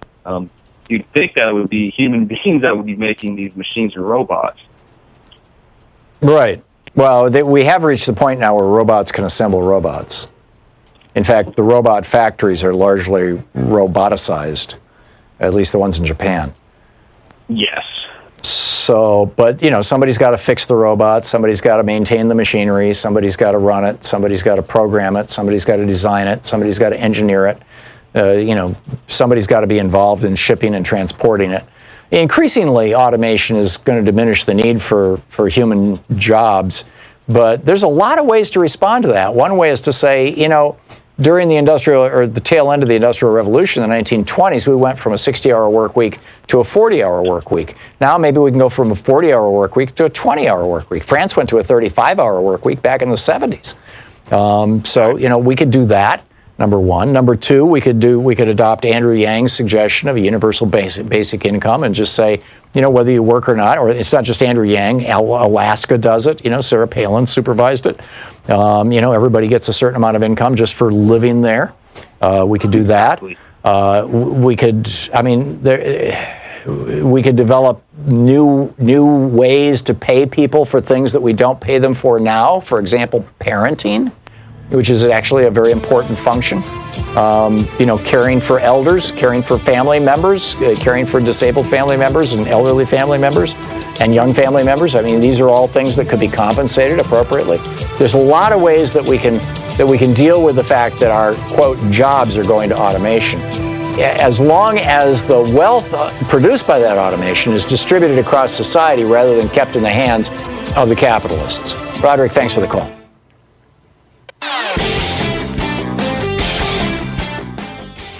Every day here on the Thom Hartmann Program, Louise and I and our team, Sean, Nate, Shira, Dave, Chase, Sue, Nigel, Ron, we all work to put together the very, very best show we possibly can. And there's an enormous amount of work that goes into the show. And one of the things that comes out of that is a lot of content, a lot of specific information that we go through and we dig out and, we want to share with you. And Sue puts that into our newsletter every week. And I think you will, if you don't already receive our newsletter, it comes in email every day, about an hour after we're off the air, or maybe a couple hours after we're off the air. And Sue goes through and pulls literally every link to every story that we talked about and puts it into the newsletter. It's free. We don't sell a list or anything. You complete safety and security. There's no charge. There's no nothing. Just, plug in your email address over at thomhartmann.com. And you get signed up for the newsletter. It's all fairly obvious. You'll see it on the website. So check it out, thomhartmann.com. Thank you. Want to connect with the show online? You can find the Thom Hartmann Program on Facebook, Twitter, and Instagram.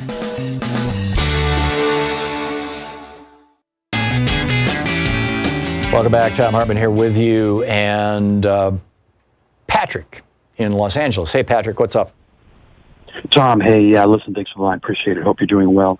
On William Hickman, I remember reading the story a few years ago. He cut the girl in half.